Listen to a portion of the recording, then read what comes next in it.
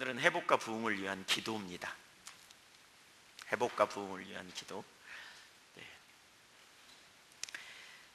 하나님의 유업이 우리에게 십자가 복음을 토대 위에 있을 때 신약의 교회에 하나님의 유업이 주어진다, 이렇게 나눴고, 이사야 40장 이하, 이사야 후반부 40장부터 66장 사이에 우리에게 주어진 하나님의 유업이 무엇인가, 이런 부분을 우리가 지금 살펴보고 있는데, 오늘은 특별히 회복과 부흥을 위한 기도입니다. 그러니까 우리가 해야 될 요소에 대해서 살펴보는 것이지요.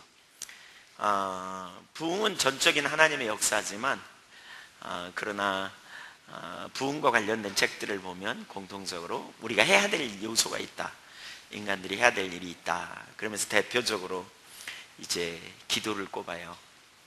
그러니까 우리가 해야 될 요소들이 회복과 부흥이 임하는데 너무너무 중요한 건 당연히 십자가의 복음의 토대 위에 교회가 세워져야 된다는 것이지요. 복음의 토대 위에 세워질 때에 하나님의 유업이 주어지기 때문에, 그래서 우리는 복음의 토대 위에 있어야 돼요. 근데 이제 회복과 부흥을 위한 요소에 있어서도 아주 중요한 한 부분은 바로 기도입니다.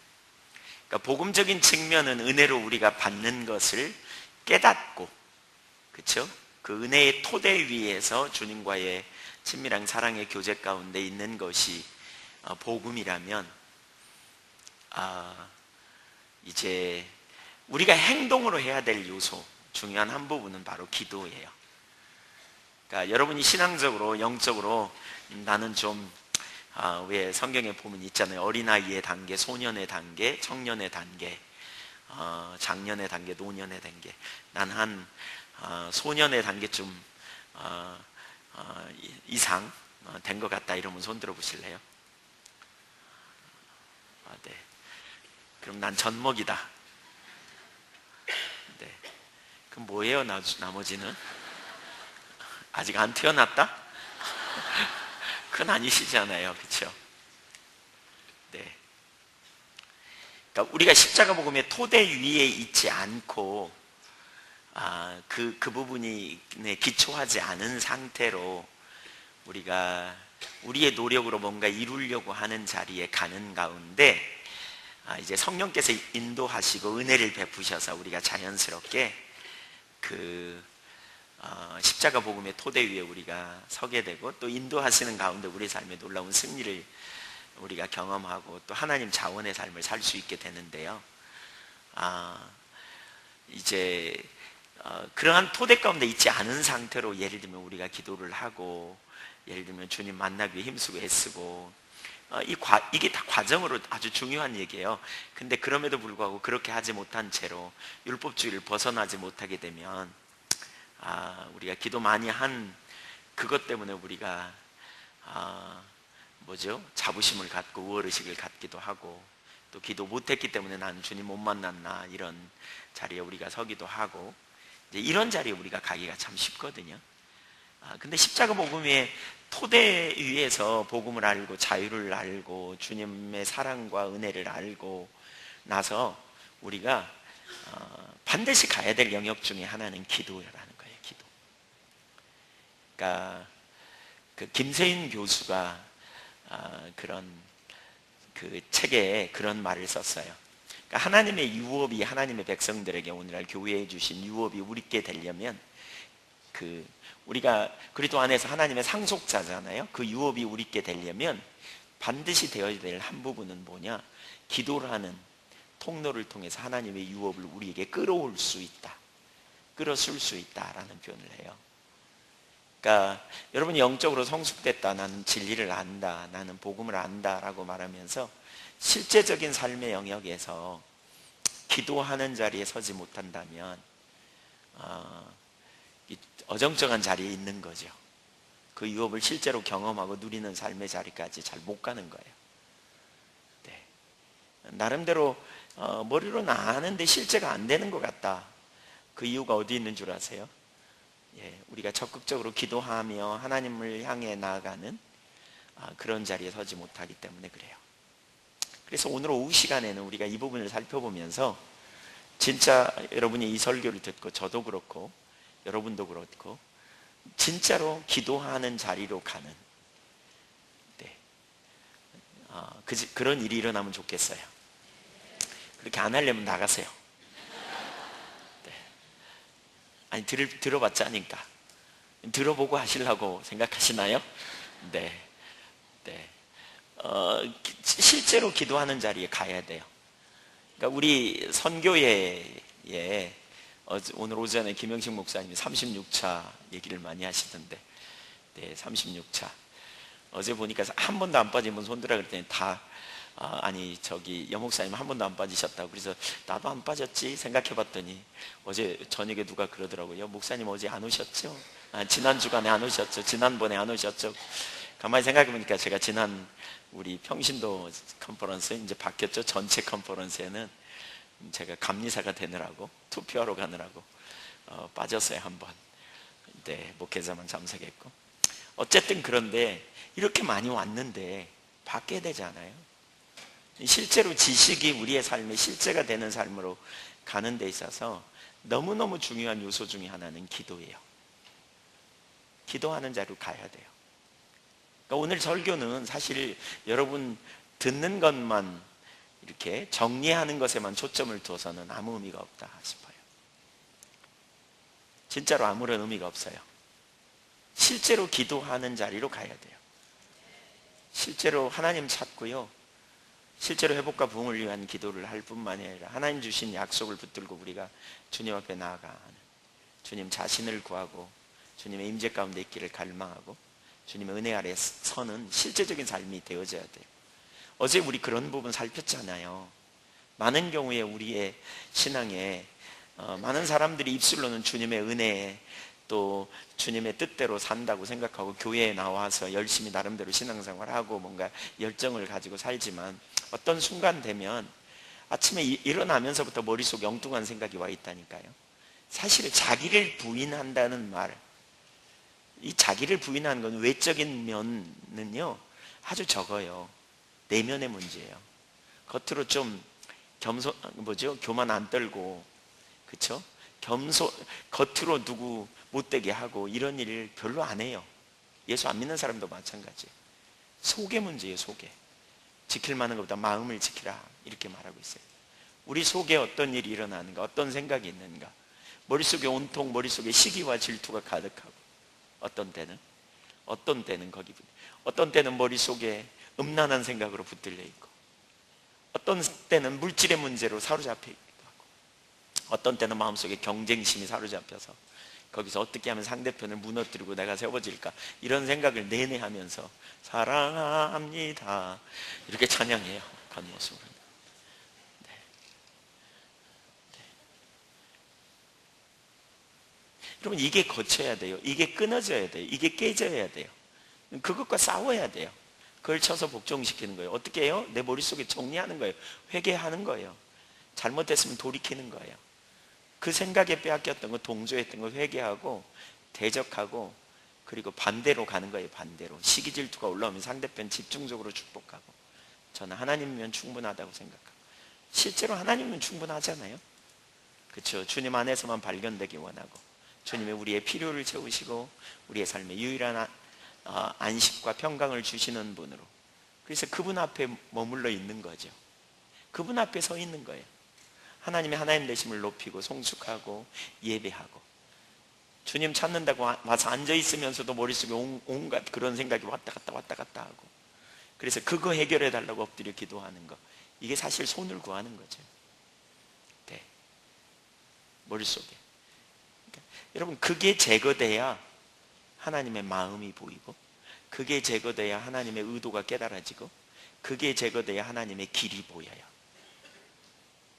그래서 우리가 주님의 의도와 목적을 깨닫고 주님의 일에 우리의 삶을 드리고 순종하는 삶으로 갈 수 있는 거예요.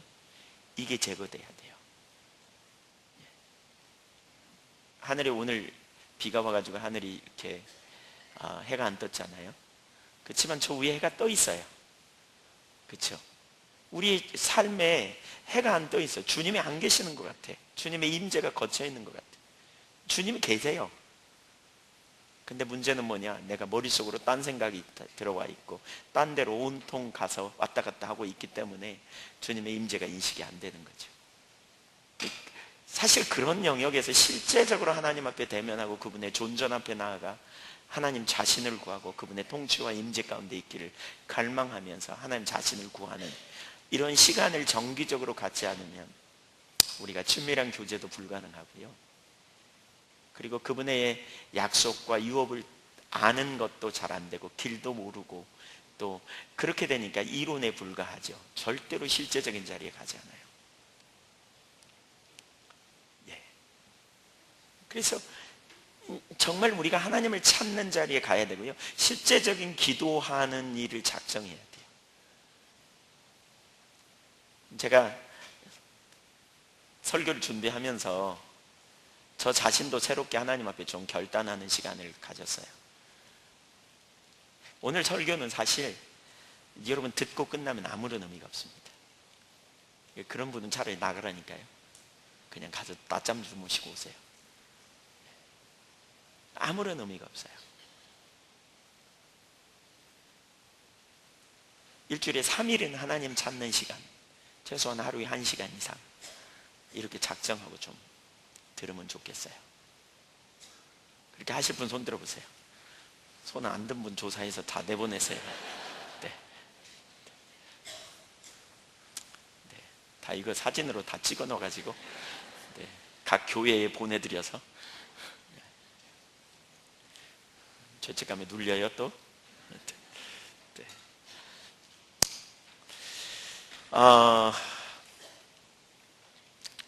그래서 이사야 하반부에 특별히 이사야 54장부터 56장까지 보면 중요한 요소 중에 하나는 기도예요. 기도. 회복과 부흥을 위한 기도. 예. 회복과 부흥을 위한 기도를 잘 다루고 있는 부분 뭐 여러 군데가 나오지만 그 가운데 62장 6절과 7절인데요. 그 62장 6절과 7절 앞에 그러니까 62장 6절과 7절을 그냥 한번 좀 읽어볼까요? 거기 이렇게 말하고 있어요. 예루살렘이여 내가 너의 성벽 위에 파수꾼을 세우고 그들로 하여금 주야로 계속 잠잠하지 않게 하였느니라. 너희 여호와로 기억하시게 하는 자들아 너희는 쉬지 말며 또 여호와께서 예루살렘을 세워 세상에서 찬송을 받게 하시기까지 그로 쉬지 못하시게 하라. 네. 그러니까 내가 너의 성벽 위에 파수꾼을 세우고 그들로 하여금 주야로 잠잠치 않게 하였다. 그러면서 너희 여호와로 기억하시게 하는 자들아 여호와께서 찬송을 받으시기까지 쉬지 못하시게 하라 이렇게 표현하고 있는데 여기 그 하나님의 약속이 이루어지기까지 쉬지 못하시게 하는 잠잠치 않게 하는 그게 이제 뭐냐면 62장 1절부터 5절에 있는 말씀이에요. 그 바로 앞에. 그러니까 하나님은 하나님의 백성들을 놀랍게 회복시키실 것에 대해 말씀하십니다. 그러니까 바벨론 포로로 잡혀가 있는 이스라엘 백성들을 회복시키실 것을 말씀하실 뿐만이 아니라 더 나아가 신약의 교회에 주신 말씀이에요. 그래서 이사야 62장 1절 이해에 보면 너는 시온의 의가 빛같이 예루살렘의 구원이 햇불같이 나타나도록 시온을 위하여 잠잠하지 아니하며 예루살렘을 위하여 쉬지 아니할 것인즉 이방 나라들이 내 공의를 무당이 다 내 영광을 볼 것이요 너는 여호와의 입으로 정하실 새 이름으로 일컬음이 될 것이며 너는 또 여호와의 손의 아름다운 관 내 하나님의 손의 왕관이 될 것이라. 다시는 너를 버림받은 자라 부르지 아니하며 다시는 내 땅을 항무지라 부르지 아니하고 오직 너를 홑시바라 하며 내 땅을 뷸라라 하리니 이는 여호와께서 너를 기뻐하실 것이며 내 땅이 결혼한 것처럼 될 것이라. 마치 청년이 처녀와 결혼함같이 내 아들들이 너를 취하겠고 신랑이 신부를 기뻐한 같이 내 하나님이 너를 기뻐하시리라. 놀라운 회복을 말하고 있는 거죠. 예루살렘의 공의가 빛같이 구원이 햇불처럼 나타나기를 또 새 이름으로 일컫게 되는 여호와의 손의 아름다운 관 하나님의 손의 왕관이 될 것이다. 정체성, 그리스도인의 정체성, 신분 회복. 그 다음에 버림받은 자가 아니고, 헵시바라 뷸라라 하리라. 이런, 그래서 네 하나님이 너를 기뻐하시리라 라고 말하는 이러한 놀라운 약속을 이루어지기까지 기도할 사람을 세우실 것이라고 말씀하고 있는 거예요. 하나님께서. 그러니까 하나님의 어떤 약속을 주시고 그 약속이 성취되도록 되는 데 있어서 그 중보 기도하는 자들을 세우셔서 그 일이 성취되도록 적극적으로 기도하게 하시는 그 일을 통해 하나님이 일을 이루시는 거죠. 에스겔서 36장에도 비슷한 이야기가 나옵니다. 에스겔 선지자는 유다에 대한 바벨론의 2차 포로 때, 침공 때 포로로 잡혀간, 그래서 예루살렘의 멸망을 목도한 선지자인데요, 하나님께서 에스겔서 36장 16절에 보면 이스라엘이 포로로 잡혀간 원인에 대해서 그들이 범죄함으로, 우상 숭배하고 하나님 기뻐하지 않는 삶을 삶으로 하나님이 그들을 포로로 잡혀가게 하셨다, 이렇게 말하고 있어요. 그랬더니 이스라엘 백성들이 포로로 잡혀간 그 땅에서 그 지역 사람들이 그러는 거예요. 너희는 하나님의 백성인데 어떻게 그렇게 포로로 잡혀왔냐. 그 당시에 전쟁은 신들의 전쟁으로 이해해서 각 민족이 믿는 신들끼리 부딪혀가지고 무능한 신이 전쟁에 지는 거예요. 유능한 신이 전쟁에 이기고요. 그래서 니네가 믿는 하나님 별거 없구나, 이렇게 말했다는 거예요. 그걸 들으시고 하나님께서 당신의 이름이 땅에 떨어진 것, 그러니까 정말 중요한 게 이겁니다. 여러분, 하나님의 백성이 하나님 앞에 심판하면, 그러니까 범죄하고 심판을 받고 억압이 가득하면 하나님의 이름이 땅에 떨어져요. 그러니까 우리에게 하나님의 명예가 달려 있어요. 그래서 하나님께서 이스라엘 백성들을 다시 회복시키시겠다고 약속하는데요, 에스겔서 36장 22절에 보면 너는 이스라엘 족속에 이르기를 주 여호와께서 이같이 말씀하시기를 이스라엘 족속아, 내가 이렇게 행함은 너희를 위함이 아니요 너희가 들어간 그 여러 나라에서 더럽힌 나의 거룩한 이름을 위함이라. 여러 나라 가운데 더럽혀진 이름, 곧 너희가 그들 가운데서 더럽힌 나의 큰 이름을 내가 거룩하게 할지라. 내가 그들의 눈앞에서 너희로 말미암아 나의 거룩함을 나타내리니 내가 여호와인 줄 여러 나라 사람이 알리라. 그러면서 24절에 내가 너희를 여러 나라 가운데서 인도하여 내고 여러 민족 가운데서 모아 데리고 고토로 들어가서, 고국 땅에 데리고 들어가서 너희를 씻어 맑은 물로 씻어 깨끗하게 하고 너희 마음에 새 신을 부어 새 영을 주어, 다시는 하나님을 알라 하지 할 필요가 없을 만큼 그렇게 하게 하겠다, 이렇게 놀라운 회복을 약속하세요. 근데 그 회복의 이면에 뭐가 있어요? 하나님의 질투. 하나님이 하나님의 명예를 스스로 유하시기 때문에 그 이름으로 일컫는 그 백성을 그냥 두지 않으시겠다는 거죠. 근데 하나님께서 이런 약속을 에스겔 선지자에게 주시고요, 그 백성에게 선포하게 하시면서 37절에 보니까 이렇게 말씀하세요. 37절, 주 여호와께서 이같이 말씀하셨느니라. 그래도 이스라엘 자손이 자기들에게 이루어 주시기를 내게 구하여야 할지라. 가만히 있으면 된다고요? 구하라고요? 구하라고요. 그렇게 구하라고요. 왜 하나님이 이렇게 구하라고 하실까? 약속을 주시고 구하라고 하실까? 사실 여러분, 약속은 소망을 주는 거예요. 그러니까 당근이에요, 당근. 내가 이렇게 해줄게. 왜 그럴까요? 주님 보라는 거죠. 주님 찾으라는 거죠. 주님 의지하라는 거죠. 아까 우리 식사하면서 이번에 여주목 목사님하고 김태주 목사님하고 남아공에 같이 가셨어요. 사실 원래 남아공 제가 가기로 했었는데 제가 영국 2주 갔다 오는 통에 갑자기 가게 되는 통에 계속 못 갈 것 같다고 제가, 그래서 김태주 목사님이 대신 가셨어요.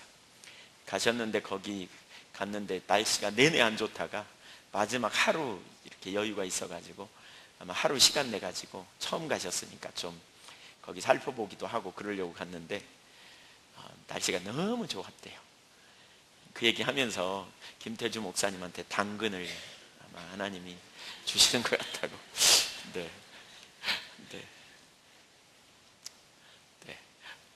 그러면서 여목사님 그러시는 거예요. 제가 영국 갈 때는 언제나 좋은 날씨에만 가고 여목사님 영국 가실 때는 언제나 비 오고 나쁜 날씨에만 간다고. 그래서 좀 삐지셨는지, 네, 농담이지만 영국은 아마 하나님이 저한테 이렇게 부르심이 있는 것 같다고 영국 부지런히 가라고 저한테. 네. 그러니까 약속은 우리에게 뭐예요? 초청하는 거예요. 그게 뭘까요? 내가 이렇게 할 테니까 너 이리 따라와, 이거죠. 제가 전에 섬기던 교회에서 엄청 힘들고 어려웠었거든요. 목사 안수 받고, 감리교는 단독목회 안수 받는데 목사 안수 받고 도시로 이렇게 가려고 했어요. 3년 만에 안수 받고. 근데 3년 되기 직전에 은혜를 받았어요. 예. 참 은혜를 받으면 너무 좋잖아요, 그렇죠? 근데 그때 막 은혜를 너무 강력한 은혜를 받아가지고 불 속에라도 물 속에라도 주님 말씀하시면 내가 가리다 막 이렇게, 예, 주님 뜻이 아니면 내가 절대로 안 해야지 막 이런. 근데 막상 이제 안수 받고 인사로 3년 만에 안수 받자마자 가면 좀 미안하잖아요. 4년째 지나서 갈라 그랬는데 하나님 거기 다른 데 가는 게 하나님 뜻이 아닌 것처럼 이렇게. 저는 하나님이 그렇게 나올 줄 몰랐죠, 제가. 네, 그렇게 나오실 줄 알았으면 처음부터 안 그랬을지도 모르는데, 어쨌든 은혜 받는 건 위험해요, 여러분. 내 마음대로 살려고 하면. 네, 주님의 뜻대로 살아야 되는데 이게 참 쉽지 않아요. 그래서 어쨌든 그래가지고는 그냥 거기 있는 게 주님의 뜻이라고 여겨져서, 저는 젊은이들에게 비전이 있었는데, 연세 드신 어르신들, 특별히 할머니들만 많이 계시는데 거기 있는 게 주님의 뜻이라고 그러셔가지고 거기 있었어요. 근데 거기 있으면 금방 뭐가 좀 움직이심이 있어야 되잖아요, 그쵸? 막 환경이 열리든지 막 사람이 더해지든지 뭐 이렇게 막. 네, 근데 별로 움직임이 없어요. 기본적인 먹거리는 하나님이 충실하게 잘 채워주시는데 뭐 사역적인 부분에서는 이렇게 뭔가 태문이 열리거나 뭐 이런 게 전혀 없어요. 어떤 때 너무너무 죽을 것 같았거든요. 근데 어떤 이렇게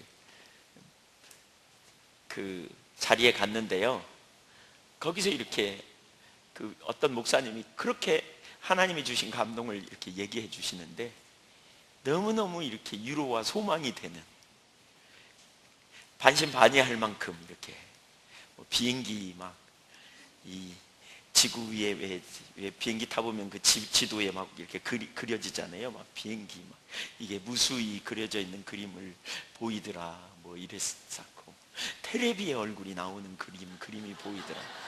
그 당시에는 테레비는 아무나 나오나 제가 이런 생각도 하고. 네, 그 당시에요. 예. 제가 맨날 시골에서 이렇게 뭐죠? 그 제초 작업하고요. 1000평이었거든요. 그러니까 뭐죠? 그 예초기 이렇게 가지고 하고요. 나면 이 손이 떨려갖고 점심을 못 먹어, 이렇게 예초기 덜덜덜덜 떨어가지고 이렇게. 예, 막 이 손으로 못 먹고 이 손으로 어떻게 먹고 막. 얼굴은 시커멓고. 우리 그 당시에 이승용 목사님, 지금 여기 우리 학교 교목으로 있으신 이승용 목사님이 그 지역에 처음 와가지고 저희 교회에 와서 인사한다고 와가지고 왔는데, 제가 이 밀짚 모자 쓰고 이거 하고 있더니 있었는데 오더니 이 교회 목사님 어디 계시냐고 그래서 절하고 그랬더니 위아래로 쳐다보더라고요. 근데 본인은 안 그랬다고. 내가 언제 그랬냐 그러는데 원래 본인은 기억 못해요. 이 가해자는 기억 잊어버려요 다. 네. 제가 그 말이 마음에 꽂혔어요. 야, 내가. 네.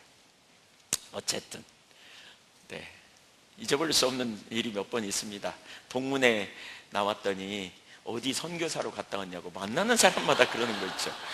그래서 나 선교사 안 갔는데, 그리고 제가 거울을 봤더니 머리는 안 깎아가지고 부시부시하고 얼굴이 시커멓고 또 옷이 여기가 이렇게 떨어진 옷을 입었더라고요. 어떻게. 네. 네. 종로서적에 가서 책을 하나 살라고 했는데 현금이 없어갖고 카드를 가지고 뽑으려고 그러는데 그 카드 뽑는 기계에 넣고는 조작하는데 잘 안 돼요. 그래서는 했더니 누가 쫙 저를 둘러싸요. 그러더니 신분증 좀 아니 저 카드 좀 보자는 거예요.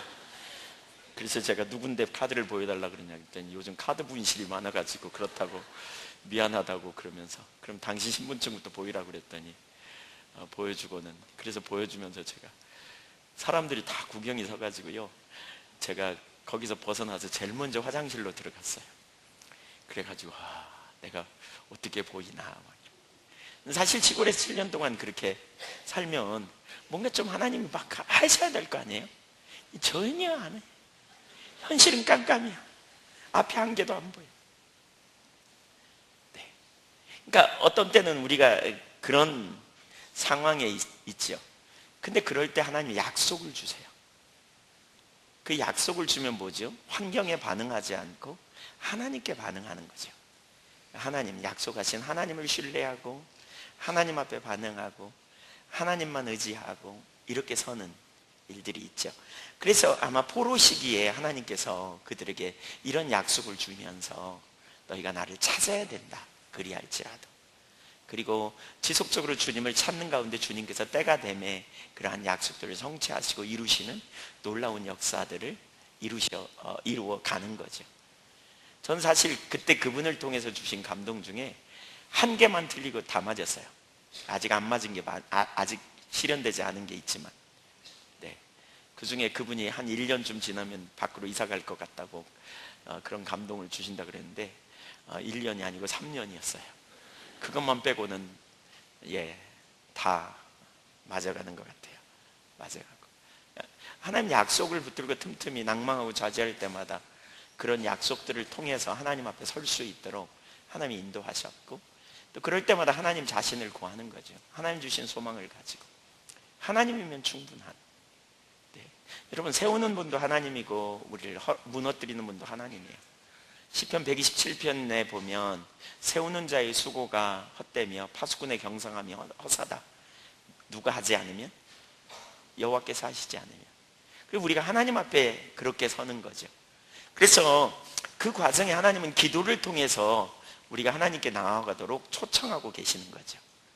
하나님과의 만남, 기도는 하나님과의 만남이라고 할 수 있고요. 기도를 통해서 우리가 하나님을 알고 또 하나님의 의도와 하나님의 뜻을 깨닫고 또 하나님 앞에서 자기를 부인하고 소망을 가지고 주님 앞에 지속적인 소망을 두고 주님께 믿음으로 반응하는 실제적인 삶을 살 수 있는 게 기도라고 할 수 있어요. 이래도 기도 안 하실 거예요? 기도하실 거죠? 아멘. 제가 예향교회 성도님들 입을 지금 보고 있어요. 네.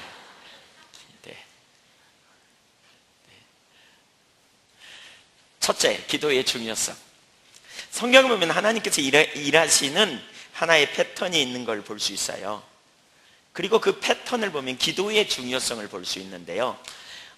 오늘 그 설교는 여기 책의 중심으로 잘 정리가 됐죠. 잘 정리가 됐어요. 그래서 책을 중심으로 쭉 이렇게 하려고 해요. 그러니까 참죠. 첫째, 하나님은 하나님의 때에 하나님의 일을 이루십니다. 두 번째, 하나님의 때가 되면 하나님은 기도하는 사람을 세우시고요. 세 번째, 그들이 밤낮으로 하나님께 간절히 간구하고요. 네 번째, 하나님께서 그들의 기도를 들으시고 역사하십니다. 출애굽 사건 때도 바벨론 포로 생활에서 이스라엘 백성들을 회복시키실 때도 예수님께서 이 땅에 오실 때도 부흥의 원조라고 할 수 있는 오순절 사건 때 또 2000년 교회 역사를 살펴봐도 또 구약에 나타난 그 부흥의 역사를 살펴봐도 엘리야 시대나 뭐 역대 히스기야 임금 때나 이런 경우를 봐도 그 하나님은 이 패턴 그대로 하나님께서 일하신 것을 볼 수 있어요. 그래서 하나님은 하나님의 때에 하나님의 뜻과 계획을 이루시되 때가 되면 그것을 위해 기도할 자들을 세우시고 그들의 기도를 들으시고 그 일을 성취하시는, 그러니까 하나님의 계획을 가지고 계실 때 그 비슷한 때가 되면 사람을 세우세요. 기도할 사람을. 그리고 기도를 통해서 하나님의 일을 이루어 가신다는 거죠. 그러니까 기도는 매우 중요해요. 기도는 하나님이 일하시는 통로예요. 그리고 하나님이 우리를 동역자로 삼으시는 중요한 통로이기도 하고요. 그래서 하나님이 주신 약속을 우리가 신뢰하고 믿음으로 구하면서 하나님 자신을 찾고 구하며 나갈 때에 하나님의 때에 하나님만 몸으로 역사하시는 거죠. 약속을 붙들고 기도하라라고 말하면 약속에만 초점이 가기 쉬워요.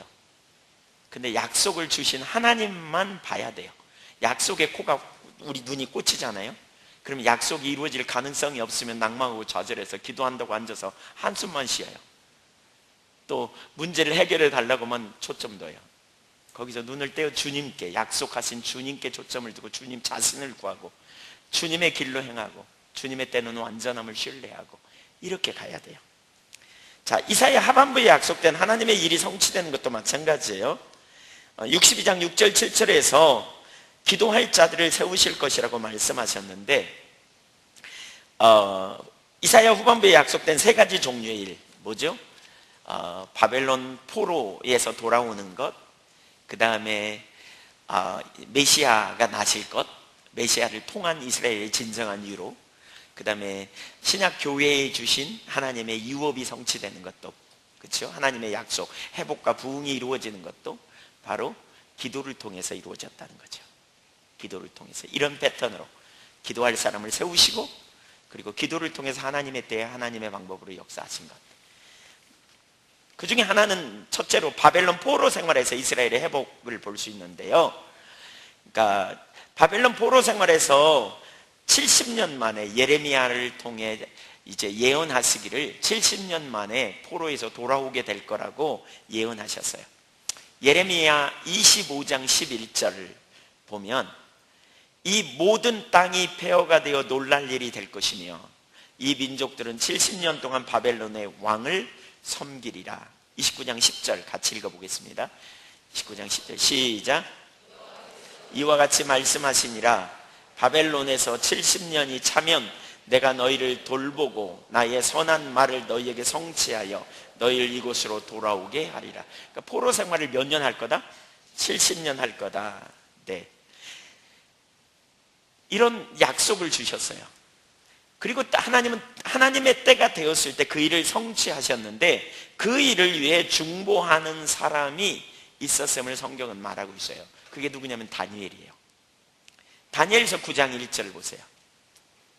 다니엘은 누구보다도 신실한 하나님의 사람이었죠. 9장 1절부터 보겠습니다. 교독합니다. 메대 족속 아하수에로 아들 다리오가 갈대아 나라 왕으로 세움을 입던 첫 해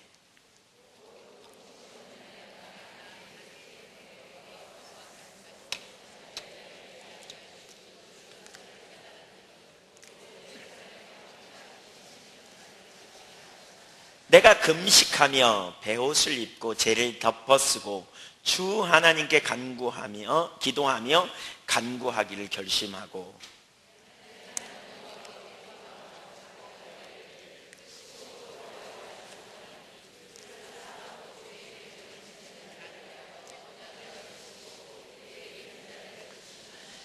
여기 보니까 그러니까 그 메대 족속 아하수엘의 아들 다리오가 갈대아 나라 왕으로 세움을 받던 첫 해 통치 원년에 그랬죠.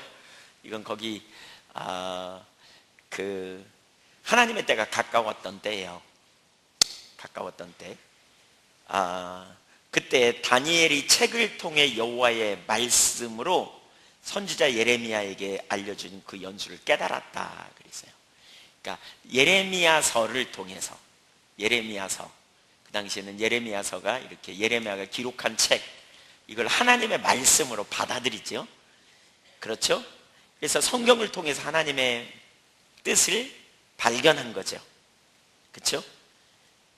그렇게 되자 3절에 내가 금식하며 베옷을 입고 죄를 덮어쓰고 주 하나님께 기도하며 간구하기로 결심하고 그러세요. 그러니까 하나님의 뜻을 발견하고 다니엘은 가만히 있지 않았어요. 하나님의 뜻이 그렇구나. 빨리 이제 집에 돌아갈 준비해야 되겠구나. 이렇게 있지 않았어요. 뭐 했다고요? 그 일을 위해? 기도했다고요. 그러니까 하나님의 사람은 그걸 아는 거죠. 하나님의 약속이 곧 그러니까 의도를 알았을 때 곧 기도가 필요하다는 걸 알았어요. 그러니까 이런 관점에서도 이해할 수 있을 것 같아요. 하나님의 뜻이 이루어질 시기가 가까웠는데 이스라엘 백성들의 현실을 보니까 별로 준비되지 않았어요. 집에 돌아갈 생각은커녕, 그렇죠? 돌아가기를 기대하고 있기는커녕 거기서 나름대로 70년, 그렇죠? 지금 상황은 한 50년쯤 지난 상황이라고 볼 수 있는데 나름대로 거기서 자리도 잡았을 거고요. 나름대로 거기서 한 자리씩 차지하고 있을 거예요. 어쩌면 공무원 하고 있는 사람도 있는지 몰라. 네. 그렇잖아요. 거기서 가가지고 태어나가지고 자라서 어느 만큼 했잖아요. 예. 돌아가는 것보다 거기서 하는 게 훨씬 더 좋을 수 있다고 생각할 수도 있어요. 그러니까 이러한 전반적인 상황을 본 다니엘이 하나님 앞에 금식하고, 사실 그 뒤에 보면 회개하거든요. 절박하게 자신들의 죄를 회개하고 하나님을 배통하며 은혜를 구하는 그 자리에 있거든요. 어쩌면 그들이 50년 정도의 상황이 지나면서 그 순간순간 자신들의 상태의 모습을 보면서 정말 깨어있지 못하고 여러 가지 부분에서 쉽지 않은 그런 정황에 있는데, 그러니까 여기 70년이라는 세월을 그렇게 이해할 수 있어요. 뭐냐, 1차 전쟁으로부터 포로로 잡혀간 날로부터 계산하면 70년이고요. 주전 587년에 멸망하지 않아요? 586년에.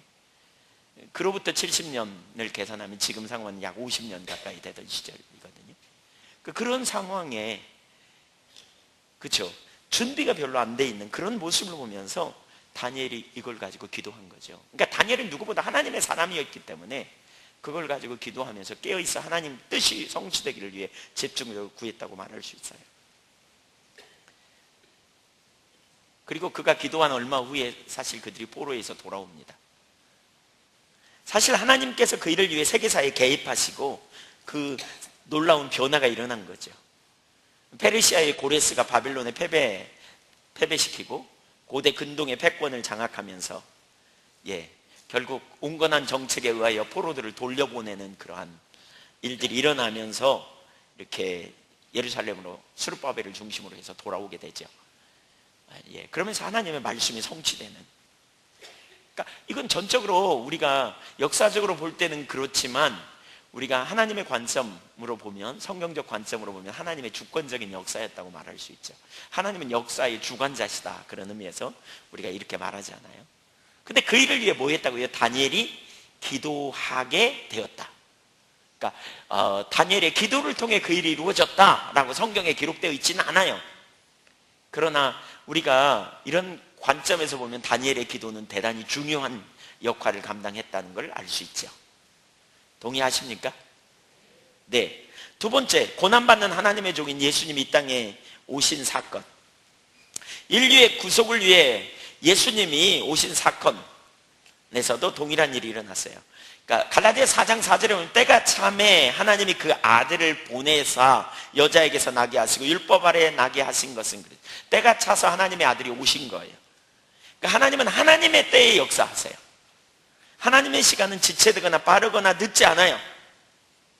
그런데 하나님께서 그 일을 성취하시되 정하신 때가 되었을 때 그 일을 위해 기도할 사람들을 세우시고 그 일을 하게 하신다는 거죠. 누가복음 2장에 중보기도 했던 시몬과 안나의 이야기가 그 좋은 예죠. 그 일을 위해 기도했던. 누가복음 2장 25절 이하를 보겠습니다. 예루살렘에 시몬이라는 사람이 있으니 이 사람은 의롭고 경건하여 이스라엘의 위로를 기다리는 자라. 성령이 그 위에 계시더라. 이 사람이 어떤 사람인가 보세요. 의롭고 경건한 사람, 이스라엘의 위로를 기다리는 사람. 아까 이스라엘의 위로를 기다리는 사람.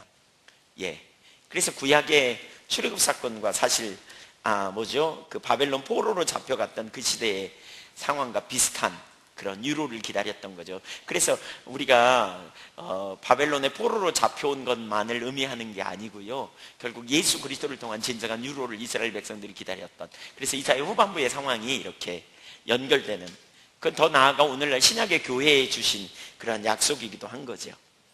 위로를 기다리는 사람, 준비된 사람이죠. 그러니까 하나님의 부흥은 항상 준비된 소수의 무리를 통해 온다고 말하거든요. 그런 자들이 하나님의 뜻을 알고 의도를 알고 그 시대를 분별하고 처지를 인식하여 이대로는 안 된다는 절박함을 가지고 중보기도 하는 무리들을 통해서 하나님을 찾는 무리들을 통해서 온다는 거예요. 그러니까 여기 시므온이 그런 무리였던 것 같아요. 그렇게 하나님을 찾는 가운데 하나님께서 성령이 그 위에 계셨고, 뭐죠? 성령께서 감동하시기를 26절 이하를 보죠. 시작. 그가 주의 그리스도를 보기 전에는 죽지 아니하리라 하는 성령의 지시를 받았더니 성령의 감동으로 성전에 들어가매 마침 부모가 율법의 관례대로 행하고자 하여 그 아기 예수를 데리고 오는지라. 시몬이 아기를 안고 하나님을 찬송하여 이르되 주제여 이제는 말씀하신 대로 종을 평안히 놓아 주시는도다. 내 눈이 주의 구원을 보았사오니. 아기 예수님을 보았지만 그 아기 예수님이 곧 구원이라는 걸 알았어요. 얼마나 영적으로 민감했나 보세요.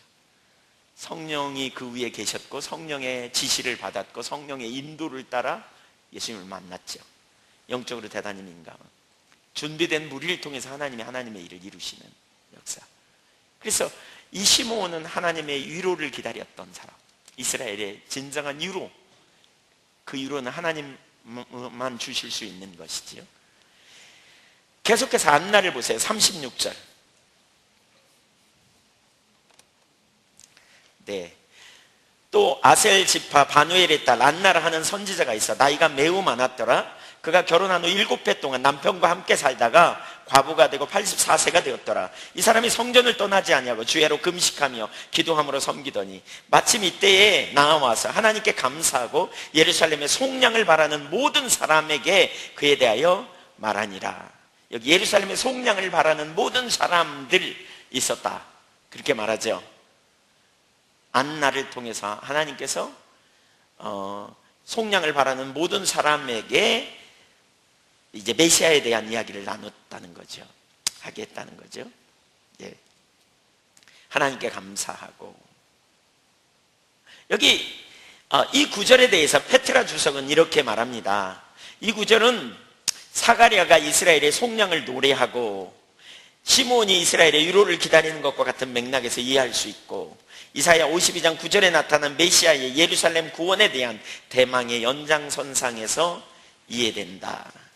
그러니까 메시아가 오셔서 이스라엘을 구원하실 것에 대한 그런 약속이 있는데, 이사야 52장 9절에 그 약속의 연장선상에서 이 부분을 이해할 수 있는 구절이라고 말할 수 있어요.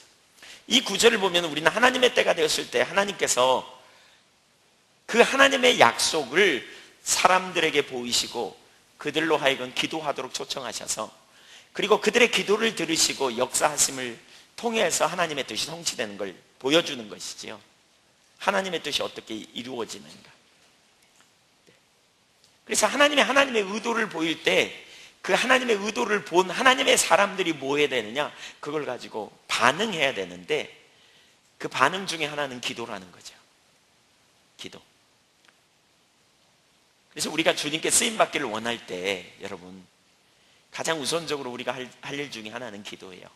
하나님의 목적을 보이시면 우리가 그 일을 가지고 기도하는 자리로 나가야 한다는 거죠. 네.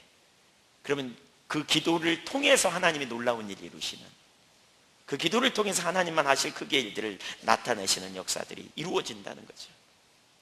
아울러 몇 가지를 추가로 더 여기서 볼 수 있는 것 중에 하나는 바로 이러한 사실을 보면 그 구약에 나타난 이사야 후반부의 약속이 그 당시에 바벨론 포로에게 주시는 그러한 위로이기도 하고, 또 이 메시아를 통한 진정한 위로이기도 하고, 그 다음에 신약의 교회에 부흥을 보내서 회복시킬 그러한 세 종류의 약속이 서로 함께 섞여 있는 걸 볼 수 있고요. 또 다른 하나는 하나님은 반드시 하나님의 때에 기도에 응답하신다는 거죠. 네. 하나님의 때가 되어 기도하는 사람을 세우실 때 때로는 그 일이 속히 이루어질 수도 있고, 어떤 때는 그 일이 오래 걸릴 수도 있죠. 그러나 그 일은 반드시 이루어져요.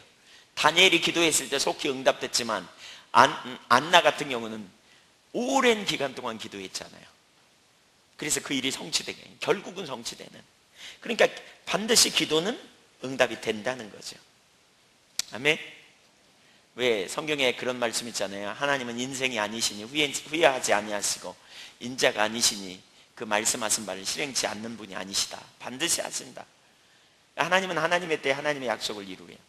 특별히 소망을 가지고 하나님을 찾고 구할 때 하나님께서 그 일을 이루심을 믿고 우리가 믿음으로 구하고 나아가는 게 너무너무 중요해요.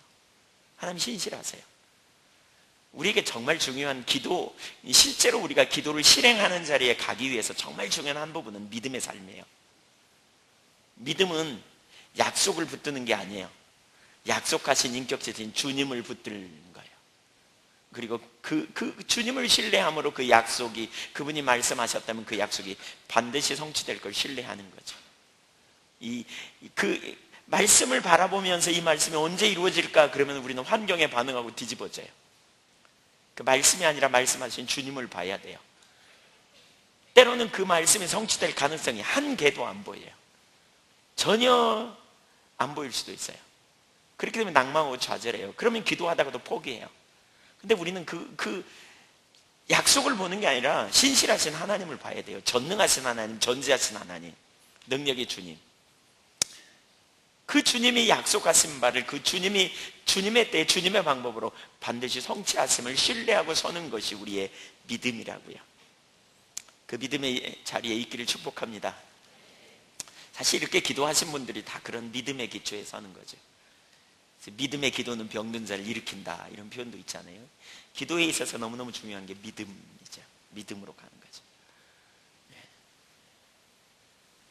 그래서 하나님을 아는 게 참 중요해요. 하나님 아는 것 중에 핵심은 십자가고요. 죄인된 나를 구원하시기 위해서 하나님이 당신의 독생자를 아끼지 않고 내놓으셔서 내가 예수 그리스도를 믿음으로 영원한 생명을 얻은, 그래서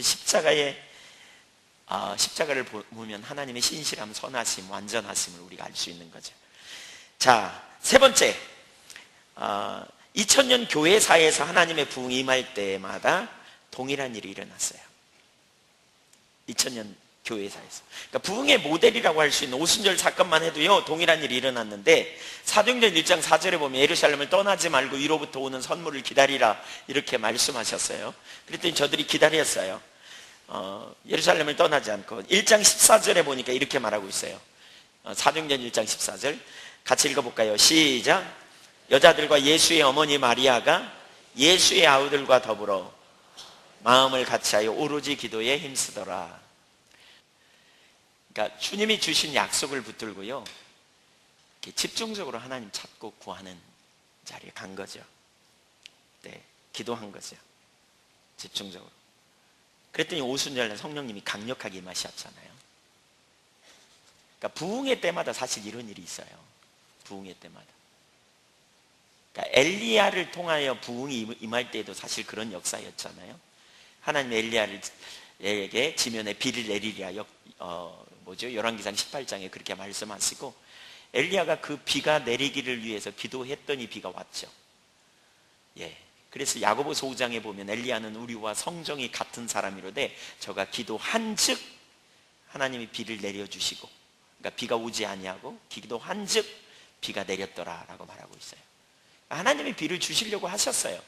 그런데 엘리야에게 말씀하시고 초청하셔서 그로 하여금 기도하게 하시고 응답이 이루어진 것처럼, 이렇게 하나님의 부흥을 이루실 때, 하나님의 역사를 이루실 때 기도를 통해서 놀라운 역사를 이루는, 특별히 여기 웨슬리 듀엘이 쓴 기도로 세계를 움직이라라는 책에 보면 1949년 스코틀랜드 헤브리디즈 제도에서 있었던 놀라운 하나님의 부흥에 대해 말하고 있어요.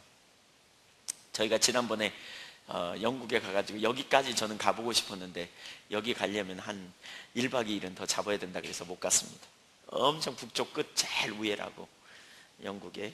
꼭 다음에 갈 때 언제 한번 기회가 되면 가보려고 그러는데, 루이스 섬의 바르바스 섬 마을에 사는 두 여자 노인이 그들의 마을에 부흥을 일으켜달라고 함께 하나님께 기도하기로 결정하고 밤에 기도를 시작하였다고 한다. 밤마다 그들은 하나님 앞에 중보기도를 하였다. 몇 달로 그들은 알지 못했지만 몇 명의 경건한 청년들이 그 마을의 반대편에서 부흥을 위한 기도를 하기 위해 밤마다 모이기 시작하였다. 노인들이 계속 기도를 하자 하나님께서는 그들에게 덩컨 캠벨 목사가 그들을 인도하기 위해 바르바스 마을에 올 것이라고 가르쳐 주었다. 그래서 덩컨 캠벨 목사가 이렇게 부흥회 때 쓰임 받는데요, 노인 두 분이 기도하기 시작했다니까요. 그들이 기도할 때 다른 책에 보면 그런 내용이 나와요. 왜 오늘날 교회가 이러지? 우리 어렸을 때 우리가 다녔던 교회는 이렇지 않았는데, 교회가 너무 침체되고 교회의 생명력이 이렇다. 우리가 교회를 위해 기도하자. 이렇게 하면서 기도하기 시작하니까요, 마을 반대편에서, 섬 반대편에서 청년 두 명이, 몇 명이 모여서, 여기는 매일이라 그랬는데 그 제가 본 자료에는 그렇게 말하더라고요. 일주일에 사흘씩, 3일씩 기도하기 시작했대요. 3일씩 밤에 모여서. 그러면서 기도가 일어나기 시작하고요. 그러면서 기도하는 가운데 덩컨 캠벨 목사가 오면 좋겠다, 그런 감동이 있고, 또 그런 감동을 따라서 그러니까 이렇게 초청을 하게 됐다, 뭐 이런. 근데 덩컨 캠벨 목사는요, 상당히 하나님께 놀랍게 쓰임받았던 사람이 국가적 어떤 기도회에 강사로 초청해가지고 2주 전에 자기 서재에 앉아서 준비하고 있었대요, 설교 준비를. 근데 갑자기 15살, 16살 먹은 딸이 들어와서 그러더래요. 아빠, 왜 하나님이 아빠를 전처럼 안 쓰시죠? 이렇게 묻더래요. 그래서 무슨 말이냐, 내가 지금 국가 기도회에 초청받아서 지금 설교 준비하는데. 그래요?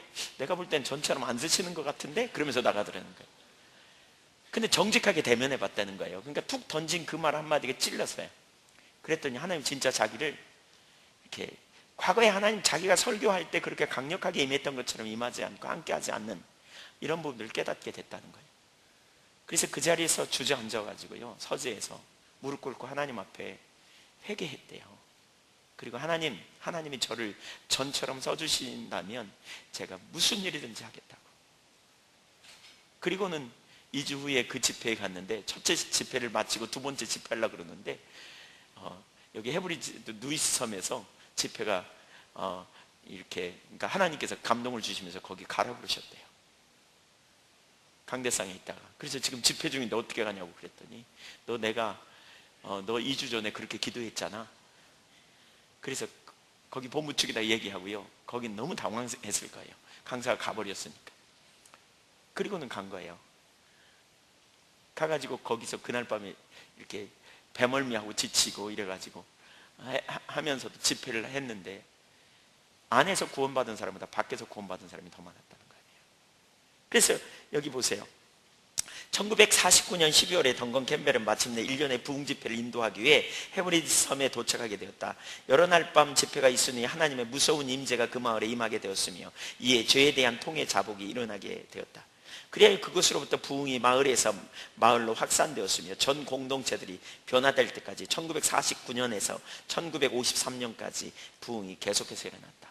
슬기로운 5처녀 이야기를 첫날 하고요, 두 번째 날 미련한 5처녀 이야기를 설교하고 나서 사람들이 다 나갔대요. 가라고 이제 끝났으니까.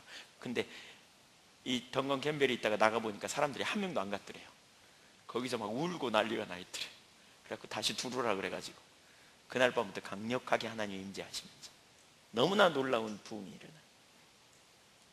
어떤 이들은 길을 가다가 성령에 감동되어 그 자리에서 무릎을 꿇고 기도한 자들도 있었다. 어느 날 밤에는 많은 이들이 경찰서 밖으로 모여 기도하는 바람에, 밖에서 모여 기도하는 바람에 경찰 간부들이 내무장관과 덩컨 캠벨 목사를 불러와야만 했을 때도 있었다는 것이다. 1949년부터 1953년까지 4년 동안 너무나 놀라운 부흥이, 어떤 사람은 집에 있다가 성령님의 죄의 지적에 그냥 꼬꾸라져 가지고 하나님 앞에 나오게 된 사람이 한두 명이 아니고요, 술집이 영업이 안 돼서 문을 닫고 버스들이 군중들을 치러 나르기 시작하고, 때로는 집회가 새벽 2, 3시까지 계속됐고, 주일 아침에는 4, 5명밖에 없던 교회에 매주 가득 차는, 여러 지역에서 기도회가 마을 생활의 중심이 되는 부흥은 하나님부터 이렇게 놀랍게 임한 거죠. 부흥이 임한 거죠. 부흥은 하나님께로부터 오는 것이다. 그러나 인간이 할 수 있는 범위 안에서는 하나님께서 두 할머니를 합심하여 기도하도록 인도하심으로써 부흥이 시작되었다고 할 수 있다. 덩컨 캠벨 목사도 그 여인들의 기도에 대해서 이렇게 말하는데, 나는 개인적으로 인간 사이에 개입하시는 하나님의 주권적인 역사를 믿는다. 하지만 인간의 책임을 제거한 부흥이란 있을 수 없다고 생각한다. 여기에 언약을 지키시는 하나님께 대한 믿음을 지니고 있었던 사람들이 있었다.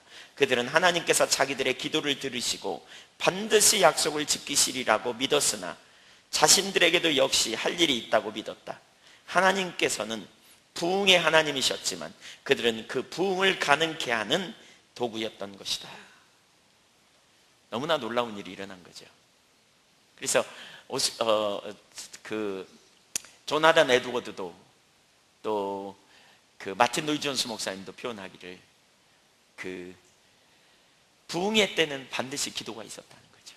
기도 없이 부흥이 온 적이 없다라고 말할 만큼, 우리가 이런 점을 볼 때에 하나님께서 우리에게 하나님의 뜻과 계획을 보이거나 하나님의 관점에서 우리의 처지를 인식하고 기도하게 하셨다면 그것은 하나님께서 우리 가운데에서 이미 그 일을 시작하셨다는 걸 의미할 수 있어요.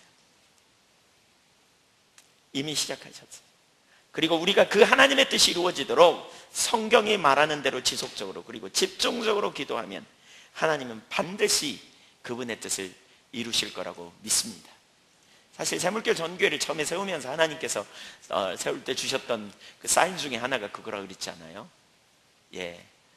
그 유업을 탕진하고 다시 제2의 유업을 회복시키시겠다고 하시면서 하나님께서 새물교 전교회를 처음에 창립할 때 그런 감동을 주시면서 시작됐거든요. 그 말은 누누이 말하지만 새물교 전교회만 뭐가 있다는 게 아니고요, 십자가의 복음의 토대에 서서, 그렇죠? 교회가 회복되고 세워지면 하나님의 유업이 주어질 거고요, 바로 그런 과정에 하나님이 기도하도록, 중보기도하도록 초청하셨다는 거죠. 그 자리로 이미 그 뜻을 보이시고 그 일을 하신 주님께서 우리가 집중적으로 기도할 때 그런 부흥이 임할 거라는 거예요. 사모하십니까? 네. 그래서 기도하자고요. 아멘. 두 번째, 하나님께서 하나님의 뜻을 위해 기도하는 자들을 세우시는 방법. 회복과 부흥을 위한 기도의 성격을 살펴보기에 앞서 하나님께서 회복과 부흥을 위해 기도하도록 기도하는 자들을 세우시는 몇 가지 방법이 있는데요. 그러니까 회복과 부흥을 위한 기도의 성격을 보다 더 선명하게 우리가 이해할 수 있는 것 같아요. 그래서 네 가지를 여기 볼 수 있는데, 첫째, 하나님께서 환경을 흔드십니다. 환경을 흔들어요. 두 번째, 성경을 통해 하나님의 약속을 깨닫게 하십니다. 세 번째, 하나님께서 성령을 통해 하나님의 계획과 마음과 의중을 알리시고 또 약속을 주시기도 합니다. 네 번째, 하나님께서 영적 분별력을 부으셔서 하나님의 관점에서 자신들의 처지를 인식하게 하십니다. 제가 볼 때는 이 네 가지 방법 중에 첫 번째가 가장 잘 통하는 것 같아요. 어려움이 와봐야 주님 찾지, 좀 먹고 살만하면 뭐 좀 하면 주님의 뜻이 그건데 그러면서 안 찾아요. 여기가 좋사오니, 침실이 좋사오니 이러면서. 저도 그렇고 여러분도 그렇고, 그렇죠? 아니에요? 네. 첫째, 하나님께서 환경을 흔드심으로 기도하게 하십니다. 대표적인 예가 출애굽입니다. 그러니까 출애굽 사건은 하나님의 때에 이루신 사건이에요. 창세기 15장 보세요. 아브라함 때부터 하나님이 말씀하셨어요. 하나님이 아브라함을 본토 친척 아비집을 떠나 내가 지시할 땅으로 가라 그러면서 아브라함에게 두 가지 약속을 주시잖아요. 하나는 뭐죠? 너를 축복하겠다는 거잖아요. 그 축복의 궁극적인 건 뭐냐? 하나님이 함께 하심이에요. 그 다음에 두 번째는 뭐냐? 너는 축복의 근원이 될 거다. 첫 번째로 축복의 근원은 하나님이고요, 누가 받냐? 우리가 받아요. 두 번째, 아브라함이 받고요, 우리는 예수 그리스도 안에서 아브라함의 축복이 우리에게 주어진 축복이니까 우리도 받아요. 두 번째로는 아브라함이 복의 근원이 될 거라는 거예요. 그래서 누가 그 축복을 받냐? 열방이 받을 거라는 거예요. 그러니까 저와 여러분이 사실 그러한 의미를 이해할 필요가 있어요. 우리는 뭐다? 하나님으로부터 축복을 받는다. 별로 안 좋아하시네요. 네. 기복신앙 자꾸 얘기하니까 복 받는 거 별로 안 좋아하세요? 근데 거기서 말하는 복이 뭐냐면 하나님이 우리와 함께 하심이에요. 축복을 받으시기 바랍니다. 축복이 우리 것입니다. 그런 얘기예요. 그런데 동시에 축복받은 우리가 복의 근원이 돼서 다른 사람에게 섬겨야 된다는 거예요. 나가야 된다는 거죠. 다른 사람을 섬기는 자리로, 이웃을 사랑하는 자리로, 그러니까 우리를 통해 복이 흘러가는 거죠. 복의 근원이기 때문에. 그렇게 하나님이 하셨고 아브라함이 그 말씀을 따라 순종했더니, 아브라함은 아마 그런 약속을 받으면 되게 나 개인에게 주신 약속이라고 생각했을 것 같아요. 근데 하나님은 한 민족을 세우기 원하셨어요. 그래서 13절 여호와께서 아브라함에게 이르시되 너는 반드시 알라, 내 자손이 이방에서 객이 되어 그들을 섬기겠고 그들은 400년 동안 내 자손을 괴롭히리니 그들이 섬기는 나라를 내가 증취할지며 그 후에 내 자손이 큰 재물을 이끌고 나오리라. 즉각적인 바로 그 아브라함의 후손인 이삭, 야곱 이렇게 축복이 가는 게 아니고 400년 후에 그러한 일들이 일어날 거다, 이제 이렇게 말씀하고 있죠. 물론 당대에도 있었고 이삭 때에도 야곱 때에도 계속 있었어요. 근데 그러면서 뭐냐, 400년 후에 네 자손이 이방인의 객이 될 것이다, 애굽의 노예가 될 것이다. 그래서 400년 동안 살 것이다, 이렇게 말하죠. 사도행전에서도 사도행전 7장 17절 하나님이, 같이 읽죠, 시작.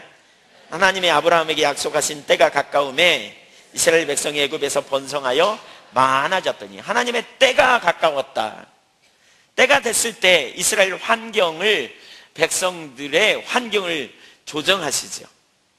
그리고 이제 하나님의 때가 가까울 때 이스라엘 백성들의 환경을 흔드셔서 위기를 경험하고 어려움을 만나면서 그들로 하여금 기도하게 하셨어요. 시간이 지나면서 이스라엘 백성들이 점점 번성해서 그 숫자가 많아지게 되고요, 애굽 왕조도 요셉의 일을 잘 알지 못한 새로운 왕조가 생기면서, 그리고 그 새로운 왕조는 이스라엘 백성들이 숫자가 많은 걸 보고 어느 날 문득 깨달아요. 우리가 큰일 날, 저들 내버려두면 안 되겠는데, 이런 위협을 느끼는 거죠. 그래서 출애굽기 1장 7절에 보면 이스라엘 자손은 번성하고 불어나 번성하여 매우 강하여 온 땅에 가득하게 되었더라. 요셉을 알지 못하는 새 왕이 일어나 애굽을 다스리더니 그가 그 백성에 이르되 이 백성이 이스라엘 자손이 우리보다 많고 강하도다. 자, 우리가 그들에게 대하여 자유롭게 하자. 두렵건대 그들이 더 많게 되면 전쟁이 일어날 때 우리 대적과 합하여 우리와 싸우고 이 땅에서 나갈까 하노라 하고. 보세요, 한번 생각해 보세요. 애굽 왕 입장에서는, 그렇죠? 이스라엘 민족이 노예로 언제부터 살았는데 인원이 많아져 가지고 점점 많아져, 막 숫자가 많아져. 그럼 위협을 느끼겠어요? 안 느끼겠어요? 느껴요. 이건 자연스러운 일이에요. 그래서 저들을 핍박해 가지고 우리가 계속 저들을 잘 통제하지 않으면 안 되겠구나라는 생각은 자연스러운 생각 같아요. 근데 바로 그것이 뭐냐, 하나님의 때가 되면서 이런 일이 일어났다는 거예요. 그러니까 우리는 환경을 우연으로 여겨서는 안 돼요. 어떤 일이 일어났을 때 그걸 통해 하나님 뭘 하기 원하시는지 우리가 볼 필요가 있어요. 신앙적인 관점에서 볼 때 하나님께서 그들로 하여금 환경을 흔드셔서 그들로 평안하고 안락한 삶이 아니라 자기들의 삶의 근본적인 문제부터 생각해 보게 하는 거죠. 제가 과거에 전에 섬기던 교회에 있을 때 그런 경험을 참 많이 했어요. 어떤 불신자를 놓고 집중적으로 기도하잖아요. 그 가족들과 이제 예수 믿는 자녀들이 있어요. 가끔 와요, 명절에. 그래서 명절에 오면 그 가족들 어디서 왔냐고 물어봐갖고 어느 집이라 그러면 우리 같이 기도하자고 이렇게 얘기해요. 그리고 집중 기도해요. 그러면 환경이 흔들려요. 이거 한두 번 경험한 게 아니에요. 되게 많이 경험했어요. 갑자기 그분이 몸이 아픈다든가 자고일어났더니 났더니 막 얼굴이 붓는다든가, 병원에 갔는데 원인도 몰라.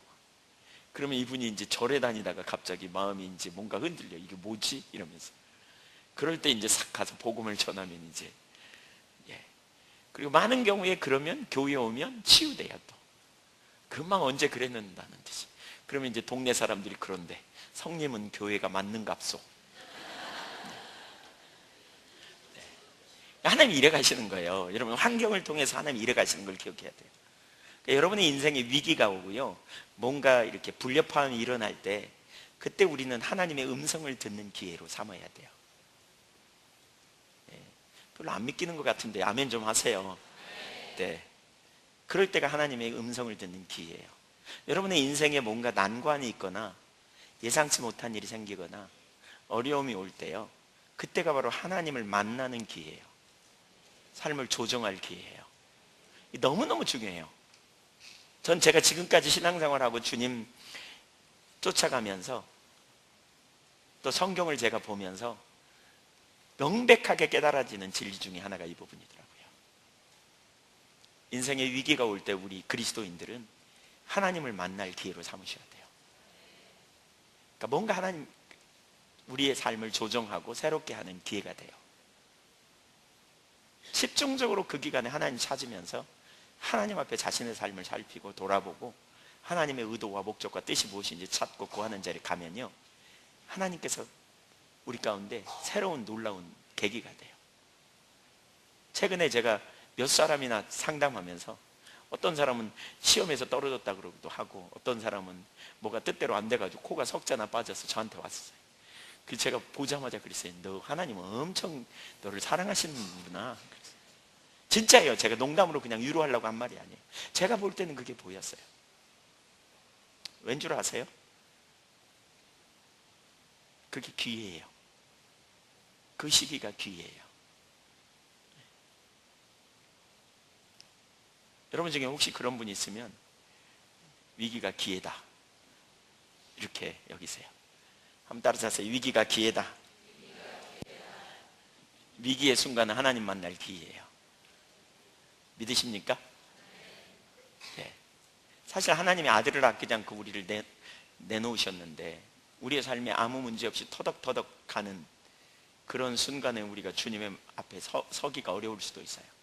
근데 어떤 위기의 순간을 허락하셔서 우리가 자신을 다시 돌아보게 하는, 여러분 건강하고 맨날 그냥 아무 문제 없는 사람은요 자신의 건강 생각 안 해요. 죽음 생각 안 해요.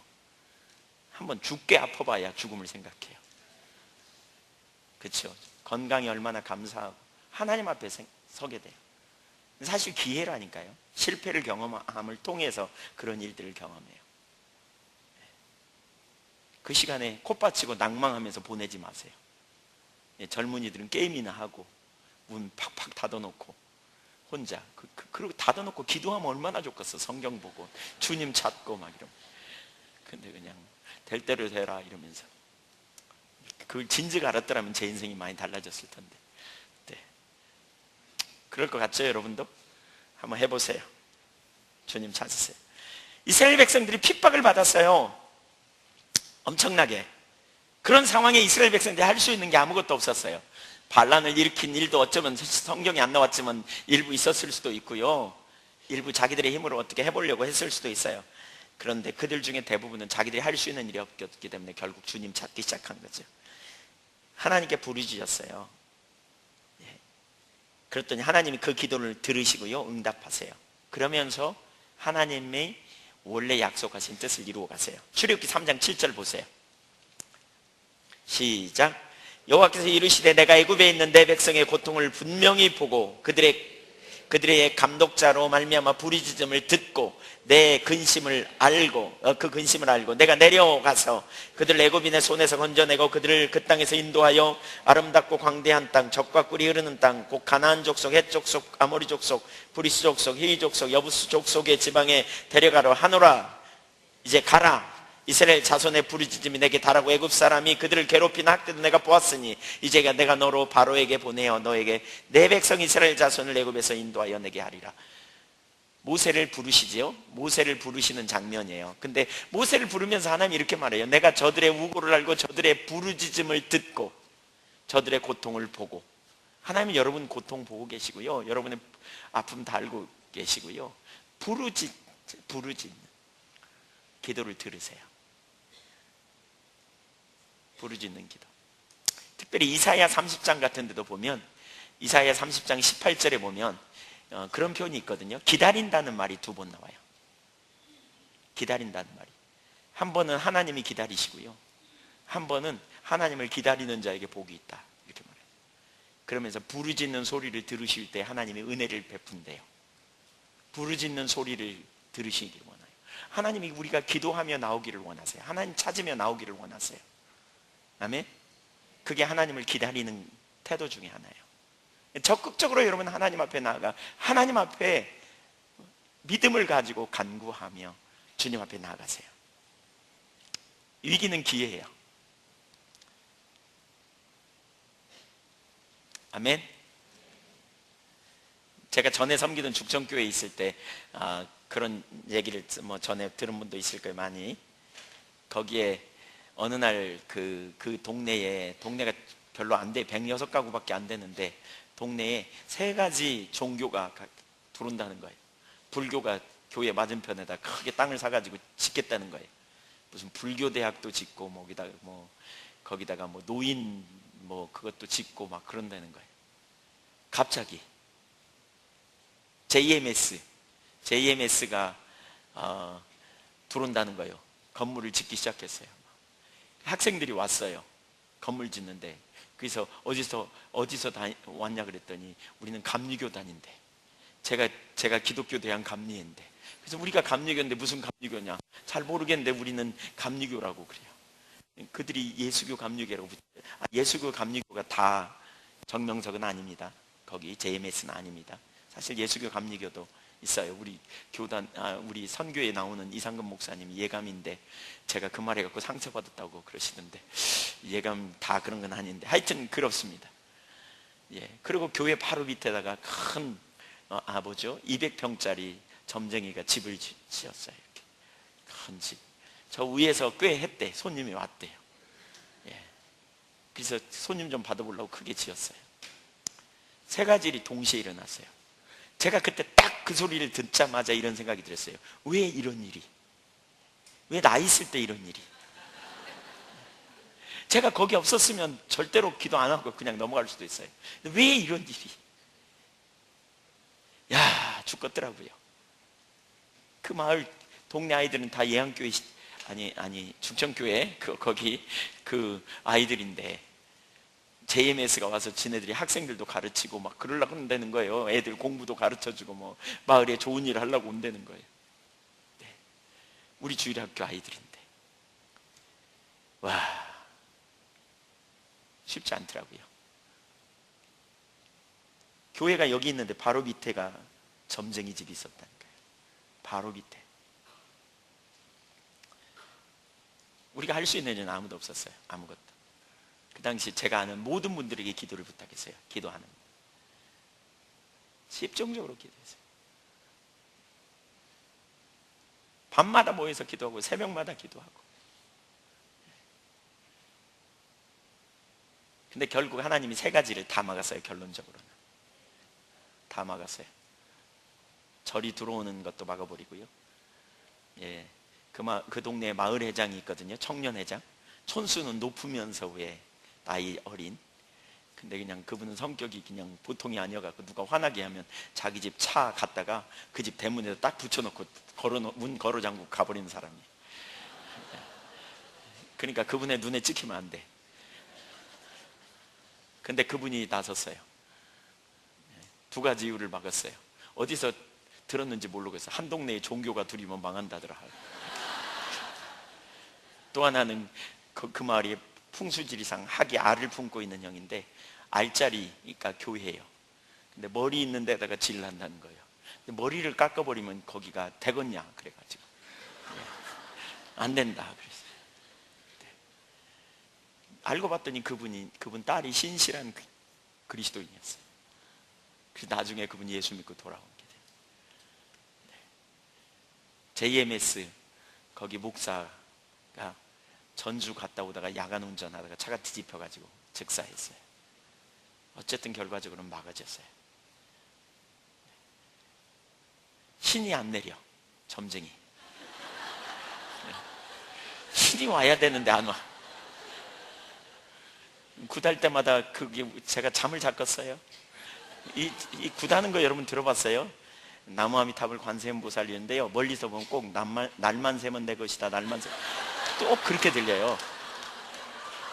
예, 꼭 그렇게 들려요. 그들은 저쪽에서 둥둥둥둥 하면서 날만 새면 내 것이다. 그럼 저는 예수 이름으로 안 되게 하옵소서. 나사렛 예수 이름으로 비려 처먹을 놈아 이러면서 네. 주님 하늘을 찢으시고 강림하셔서 임하소서 막 이렇게 하고. 신이 안 와. 신이. 그 500만 원짜리 1000만 원짜리 나중에 3000만 원짜리 굿하는데 신이 안 와요. 거기 마을에 이렇게, 아니 교회 위에 감나무가 있었는데요. 그 감나무 딱 걸터 앉으면 그 집 마당이 보여요. 그래서 제가 감나무에 걸터 앉아가지고 손 들고 예수 이름으로 안 될지어다, 나사렛 예수 이름으로, 예. 새벽마다 밤마다 기도하는. 결국 나중에 그걸 통해서 저희가 알았어요. 그 교회의 비전이 연세 드신 어르신들을 통해 중보기도 하는 자리를 세우시는, 이렇게 하나님 찾는 자리를 초청하는. 위기는 기회예요. 우리가. 그러니까 사실 위기는 정말 놀라운 기회라는 걸 많이 봐요. 환경에 어려움이 있을 때 여러분 절대로 그냥 넘어가면 안 돼요. 에이 모르겠다, 도망이나 가야지, 낚시나 가야지, 이러면 안 돼요. 저희 그 예배당 건축할 때도 굉장히 어려웠거든요. 150명쯤 모일 때 한 40억이 넘는 공사가 됐었으니까요. 근데 거기다가 이제 사람들이 막 어려움, 일부 성도님들 중에 일부가 시험 들어가지고 막 어려움, 막 말은 있지 죽을 뻔했어요. 제가 진짜 죽을 뻔했어요. 근데 그때 어떻게 될지 모를 때 주님이 그런 마음을 주셨어요. 총알이 날아다닐 때는 고개를 숙이는 게 전략이라고. 그 고개를 숙이는 게 뭘까 생각하다가 기도하라는 거구나. 그래서 밤마다 모여 기도하기 시작했어요. 그러면서 교회에 대한 비전도 분명히 보게 되고요, 하나님 어떻게 인도하시는지 보게 되고요. 그래서 여러분, 어떤 일에 위기가 오면 좀 불편하고 좀 답답하지만 하나님 신뢰하면요, 하나님 따라가면서 그런 일이 있을 때 이게 기회예요. 그때 주님 찾는 자리로 나가세요. 아멘. 기도하는 사람은 그래서 하나님을 경험해요. 하나님을 알게 돼요. 두 번째, 하나님께서 성경을 통해 하나님의 약속을 깨닫게 하세요. 이 좋은 예는 이스라엘 백성들을 바벨론 포로 생활에서 회복시킨 거예요. 그러니까 예레미야를 통해서 언제 회복시킬지 말씀하신 거죠. 우리가 아까 봤어요. 예레미야 29장 10절에 하나님 예레미야에게 말씀하신 거가 있죠. 여호와께서 이와 같이 말씀하시니라, 바벨론에서 70년이 차면 내가 너희를 돌보고 나의 선한 말을 너희에게 성취하여 너희를 이곳으로 돌아오게 하리라. 때가 되었을 때 하나님은 그 일을 위해 기도하도록 다니엘을 세우셨어요. 그러니까 다니엘서 아까 9장 2절에서 우리가 봤죠. 그 통치 원년에 나 다니엘이 책을 통해 여호와께서 말씀으로 선지자 예레미야에게 알려주신 그 연수를 깨달았더니 예루살렘의 황폐함이 70년 만에 그치리라 하신 것이다. 우선 여기 보면 그 당시 예레미야가 뭐죠? 책의 형태로 하나님의 말씀을 기록해 놓은 거를 이렇게 하나님의 말씀으로 받아들였죠. 그리고 하나님께서 다니엘로 하여금 그 일을 위해 기도하도록 하기 위해 성경을 통해서 하나님의 약속을 깨닫게 하셨죠. 그러니까 성령께서 깨닫게 하신 거죠. 하나님의 의도를 보이신 거죠. 그렇죠? 그리고 다니엘은 성경을 통해 하나님의 약속을 깨달은 다음에 그 일이 성취되기를 간절히 기도함으로 나아간 거죠. 그렇죠? 예레미야를 통해 예언된 것이 시간이 지나면서 다니엘이 그 말씀을 읽을 때 그것이 바로 예루살렘에 대한 그러한 현재적인 약속인 걸 깨닫고 그 약속을 받고 엎드려 기도하게 되는, 하나님의 뜻을 우리가 깨달으면 우리가 해야 될 중요한 한 부분은 뭐냐? 기도하는 건데요, 하나님의 뜻을 깨닫는 중요한 통로 중에 하나가 성경인 것을 봐야 돼요. 성경을 읽어야 돼요. 성경을 통해서 우리는 하나님의 길을 발견하고요, 사모해야 돼요. 그리고 그 뜻을 따라 우리가 그 뜻이 깨달아질 때 그 뜻을 따라 기도해야 돼요. 우리가 이번 주간에 살핀 게 뭐예요? 이사야 후반부에 나타난 열방, 그러니까 유업이죠. 그 유업 중에 하나가 뭡니까? 부흥입니다. 그래서 회복과 부흥이 임하기를 위해 우리가 신약의 교회에 주신 유업이기 때문에 저와 여러분이 집중적으로 그 일이 이루어지기를 구해야 된다는 거예요. 개인적으로 여러분의 삶에 이루어지기를 구할 뿐만 아니라 여러분의 섬기시는 교회에, 더 나아가 열방 가운데 그러한 유업이 이루어지기를 우리가 기도해야 된다는 거죠. 아멘. 사실 우리 신앙에 능력이 없는 이유는요, 하나님의 뜻을 발견하고도 가볍게 여겨서 그래요.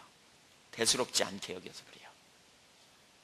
그러니까 보세요 여러분, 우리 단순하게 좀 생각해 볼 필요가 있어요. 진짜 성경이 진리라고 믿으세요? 정말 믿으세요? 그럼 성경을 통해 하나님 뜻이 우리 가운데 보이지만 우리는 그 말씀대로 가야 돼요. 맞지요? 단순한 순종이에요. 하나님을 경외함으로. 복잡하게 너무 여길 것 없어요. 정말 단순하게 주님의 뜻이 발견할 때 우리가 작은 영역에서부터 순종에 가야 실제적인 역사가 일어나는 거죠. 단순성을 가지고.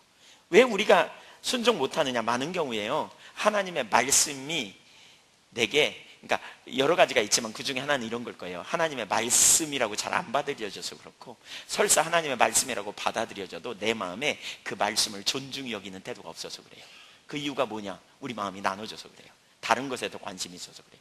하나님 소중히 여기는 가치, 그러니까 저는 가장 중요한 단어 중에 하나가 가치의 문제라고 생각하거든요. 그러니까 하나님이 우리에게 원하는 첫 번째 계명이 뭐예요? 마음을 다하고 성품을 다하고 뜻을 다해 주 너희 하나님을 뭐하라?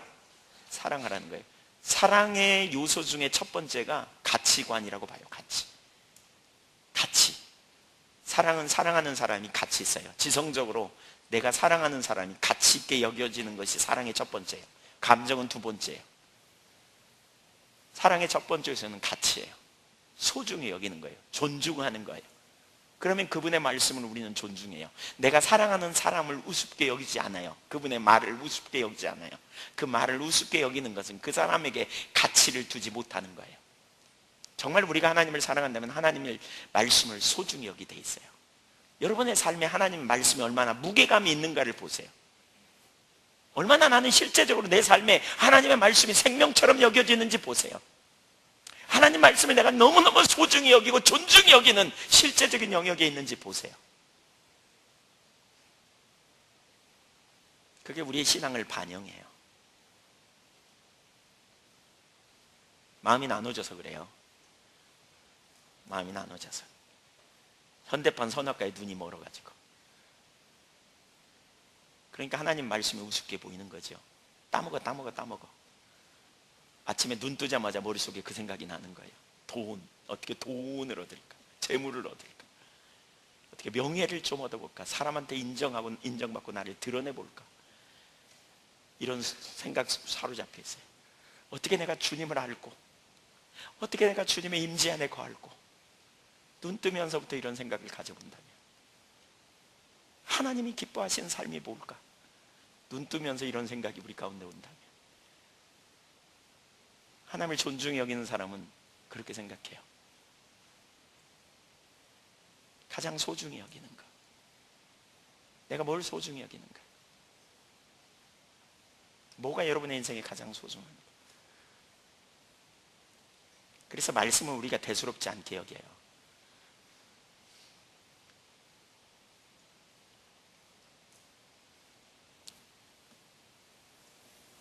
제 삶의 전환점 중에 하나가 사실 저는 그거였습니다. 말씀을 가볍게 여기고 있는 제 모습을 보면서 충격을 받았습니다. 하나님의 어떤 감동을 주셨다고 제가 말하고도요, 저부터 안 하더라고요. 그래서 제가 너 돌았구나 그랬습니다. 내가 왜 하나님의 말씀을 존중히 여기지 않지?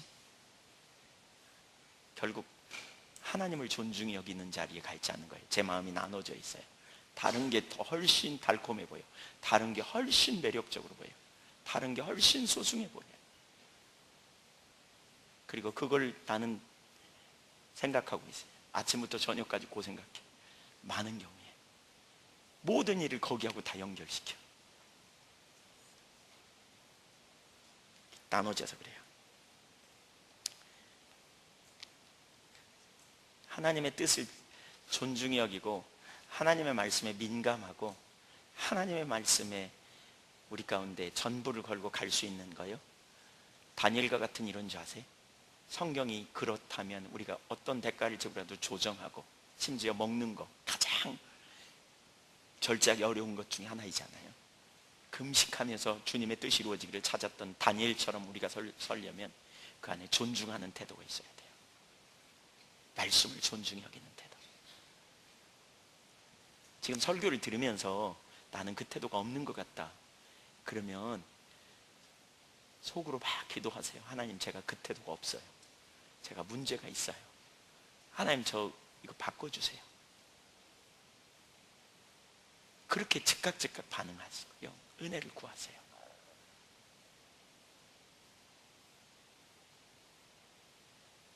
저 같은 경우에 그때 이후에 제가 달라진 것 중에 하나가 그런 부분, 책을 읽다가도 제가 이게 안 된 것 같다 그러면 덮어놓고 회개해요. 설교를 들으면서도 그렇고 비춰지는 대로.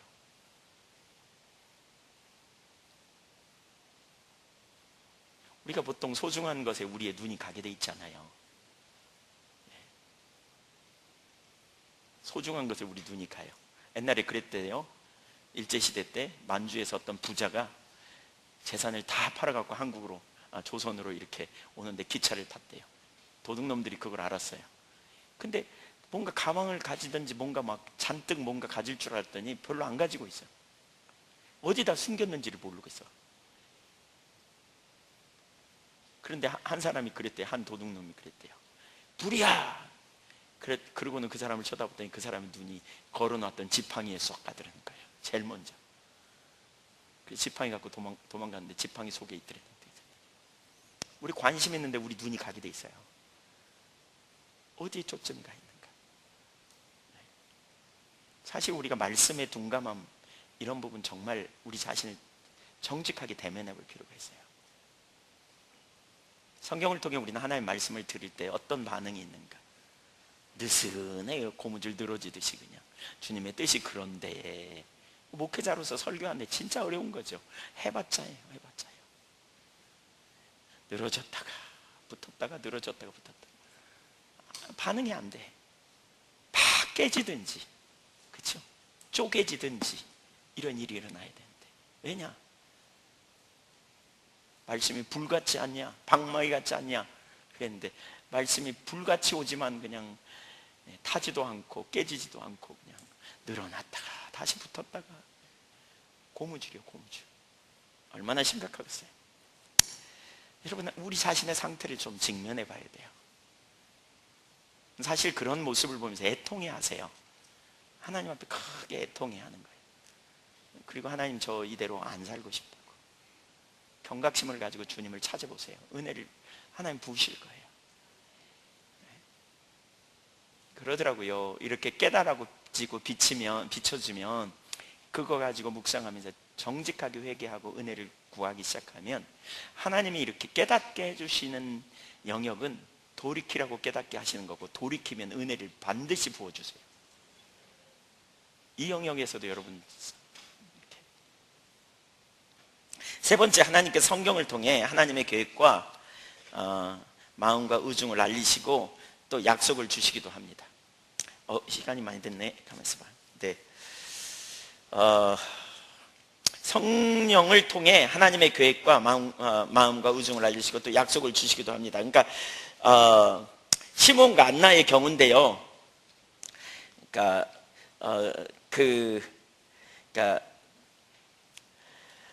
하나님께서 하나님의 일을, 곧 메시아를 이 땅에 보내서 진정한 유로를 주시기 위해서 안나와 시몬을 세우고 이름도 알려지지 않은 사람들 세웠어요. 그런데 하나님께서 그들을 그 하나님의 일을 위해 기도하는 자들로 세우시기 위해 그들로 하여금 이스라엘의 유로나 예루살렘 속량에 대한 그런 하나님의 약속을 깨닫게 하셨을 뿐만 아니라 개인적으로 구체적인 성령의 지시를 이렇게 받게 하시지요. 그러면서 그리스도를 보기 전에는 죽지 아니하리라, 이런 지시를 받았어요. 네, 이렇게 구체적으로 하나님이 약속을 주시는 거죠. 어떤 때는 성령께서 구체적으로 주시는 약속들, 이런 거. 예. 개인적으로 저는 제가 섬기는 예한교회를 하나님이 세우시겠다고 약속하셨고요. 또 선교에 대한 그런 이런저런 약속도 많이 주셨어요. 그 약속이 없었더라면 사실 갔을 거예요. 근데 그 약속을 붙들고 기도하고요. 지금도 저 같은 경우는 교회에 섬기면서 어떤 위기가 오면 그 약속 붙들고 주님 앞에 나가면 그때마다 하나님이 길을 보이시더라고요. 이렇게. 그러니까 성령의 감동을 통해서 우리에게 깨달음을 주시는 거죠. 네 번째, 하나님께서 영적 분별력을 부으셔서 하나님의 관점에서 자신의 처지를 인식하게 하십니다. 이게 아주 중요한 부분인데요. 하나님께서 그러니까 느헤미야를 통해서 그 처지를 인식하게 하심으로 우리에게 어떻게 기도의 자리로 나갈 수 있는가를 보여주는 예를 나타내고 있어요. 느헤미야의 경우에는 자신들의 처지를 하나님의 관점에서 깨닫게 하신 것이 그로 하여금 기도하게 하시는 방법이었어요. 그리고 그것이 하나님께서 계획하신 그 당시 폐허로 남아있던 예루살렘 성의 중건의 출발점이었고요. 그러니까 하나님께서 그 느헤미야가 그 현실을 포로로 잡혀간 지역에서 그가 술 따르는 관원장으로 출세했는데 어느 날 그 동생인 하나니가 예루살렘에서 오지요. 그래가지고 그 사로잡힘을 면하고 있는 유대 사람들의 형편이 어떠냐 이렇게 물어봤더니 그 지방 거기에 거하는 사람들 큰 환난을 당하고 능욕을 받고 예루살렘 성은 허물어지고 또 성문은 불타버렸다 이렇게 말하죠. 그래서 이 말을 듣고 느헤미야가 1장 4절에 보니까 듣고 앉아서 울고 수일 동안 슬퍼하며 하늘의 하나님 앞에 금식하며 기도하기 시작했다.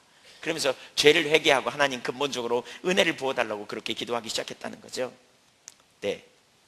여기 예루살렘의 소식을 들은 사람들이 느헤미야뿐 아니었을 거예요. 많은 사람들이 들었을 거예요. 근데 느헤미야는 그 사실을 알고 애통하고 금식하며 기도하는 자리로 가게 됐어요. 누가 기도하냐? 처지를 인식하는 사람이에요. 그러니까 하나님께서 처지를 인식하게 하는 은혜를 부어주셔야 되는 거죠. 그리고 그 사람은 그의 일을 이루기 위해 쉬지 않고 그 일에 헌신하며 나가는 거예요. 아까 이사야 62장 1절 같은데 이런 표현이 있잖아요. 9절. 나는 시온의 의가 빛같이 예루살렘의 구원이 햇불같이 나타나도록 시온을 위하여 잠잠하지 아니하며 예루살렘을 위하여 쉬지 아니할 것인즉, 이런 구절이 있어요. 여기서 나는 나는 시온의 의가 빛같이 예루살렘의 구원이 햇불같이 나타나도록 시온을 위하여 잠잠하지 아니하며 예루살렘을 위하여 쉬지 아니할 것이다 이렇게 말했는데, 여기서 말하는 나는 학자라고 보는 학자들이 있고 또 선지자로 보는 학자도 적지 않아요. 그러니까 여기 내가 누구냐라는 논란이 되게 많죠. 하나님으로 보려는 견해가 더 이렇게 성경적이지 않나 싶기도 해요. 근데 다른 한편으로는 이걸 선지자로 보는 견해도 또 나름대로 논리가 있어요. 근데 만약에 선지자라면 이렇게 해석할 수 있겠더라고요.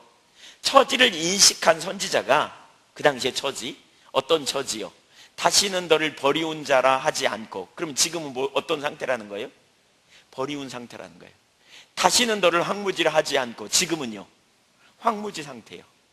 예루살렘의 공의가 햇불같이, 지금은 공의가 햇불같이 비친다는 거예요? 안 비친다는 거예요? 안 비친다는 거예요. 다시는 너를 버리운 자라 하지 아니라, 지금 상태는요. 처지를 인식한 자가, 선지자가 이렇게 하나님 앞에 나아가서 기도하는, 그럼에도 불구하고 하나님이 그런 상태에서 회복하실 것에 대한 약속을 주시고 그렇게 나아가서 기도하는 것으로도 해석할 수 있는 거죠. 그래서 뭐 하느냐? 나는 그 일을 선포하고 하나님 앞에 사람들에게 소망을 갖도록 선포하고 그렇게 복음을 부지런히 전하는 행동을 할 것이고 또 그 일을 위해 기도할 것이다, 이렇게 이해할 수도 있어요. 마틴 로이드 존스 목사님은 그가 쓴 부흥책에서 처지인식이 부흥으로 나아가는 그러한 핵심 길이라고 말하고 있어요. 그러니까 단 한 번도 예외 없이, 그러니까 처지인식 없이 부흥의 소망이 없다, 이렇게 말해요. 읽어보겠습니다. 부흥의 첫 번째 단계는 우리가 여기서 보는 것처럼 자기의 처지를 인식하는 것입니다. 상황의 심각성을 인식하는 것입니다. 하나님께서 말씀하신 것의 의미를 깨닫는 것입니다. 저는 여러분에게 어떤 부흥의 역사든지 교회사에서 일어난 어떤 위대한 영적 운동에 대한 기록이든지 다 읽어보라고 촉구하는 바입니다. 그러면 한 번도 예외 없이 언제나 그러한 일이 일어났음을 즉시 발견할 것입니다. 오늘 그런 것이 어느 정도 있기까지는 참된 부흥에 대한 소망이 전혀 없습니다. 처지를 인식해야 부흥이 온다는 거죠. 왜냐하면 처지를 인식해야 하나님 앞에 직면하고 대면하고 은혜를 구한 자로 갈 거니까요. 실은 너무너무 심각한데 괜찮대, 자기는 잘 가고 있대. 그런 사람 앞에 잘못된다고 얘기해 보세요. 성질냅니다. 처지가 인식돼야 갑니다. 그래서 하나님 은혜가 우리 가운데 참 필요한 게요, 우리가 죄인이라는 사실, 우리가 심각하다는 사실을 깨달아져야 돌이켜요. 내가 어떤 상태인가 보여지는 것, 그래야 근본적으로 은혜의 자리에 갈 수 있어요. 어떤 일을 좋게 잘 되고 있다고 포장해 보세요. 그렇게 얘기해 보세요. 실제로 우리 삶에 놀라운 능력이 있지 않아요? 어떤 분이 그렇게 말하더라고요. 에이든 토전가 그분이 그렇게 말해요. 자기가 설교하고 내려왔더니 어떤 사람들이 오늘 목사님 말씀 통해 하나님 엄청 하셨습니다. 그분이 뭐라 그런 줄 아세요? 내가 설교 마치자마자 강단에서 마귀가 나에게 속삭였습니다. 그래서 알고 있습니다. 하나님 앞에서 자기를 포장하고 칭찬받고 이런 부분 철저히 깨트리고 내려서 그걸 마귀의 음성으로 들은 거예요. 하나님 앞에 얼마나 겸손히 서고 실상을 보기를 원했던 거죠. 배고픔을 가지고. 하나님은 회복과 부흥을 위해 기도하는 사람들을 세우시는 방법 중 하나도 하나님의 관점으로 자기 처지를 인식한 사람들을 통해서 하나님은 하나님의 일을 이루셔요. 그러니까 사사기 같은 데 보면 사사기 6장에 하나님이 기드온을 쓰신 것도 정확히 그런 장면이거든요. 기드온이 사사기 6장 11절 예에 보면 포도주즙 틀에서 숨어서 이렇게 미디안 사람들을 뺏기지 않으려고 이렇게 곡식을 타작하고 있었어요. 그랬더니 포도주즙 틀에서는 포도주나 밟아야지 타작하기는 합당하지 않잖아요. 얼마나 먼지도 나고 얼마나 옹생했겠어요. 근데 거기 숨어서 하고 있어요. 근데 여호와의 사자가 와가지고 이렇게 말해요. 큰 용사여, 여호와께서 너와 함께 계시도다. 이렇게. 이치 안 맞죠? 근데 여러분이 기드온이라 하면 대답해 보세요. 하나님이 여러분과 너와 함께 계십니다. 하나님 당신과 함께 계십니다. 그럼 뭐라 그러겠어요? 대답해 보세요. 뭐라 그래요? 아멘 그러죠. 근데 기드온은 그렇게 말하지 않아요. 성질내요. 하나님이 우리와 함께 계시다고요? 하나님이 함께 계시면 애굽에서 광야에서 이스라엘 백성들을 이끌던 하나님의 이적이 어디 있습니까? 그 능력이 어디 있습니까? 아닙니다. 하나님이 우리를 버리사 우리를 미디안의 손에 두셨습니다. 이렇게 말해요. 하나님이 함께 하신다 그러는데 믿음도 없이 그게 뭐하는 태도냐 뭐 이렇게 말할 수 있는데요. 그러자 여호와의 사자가 뭐라고 하는 줄 아세요?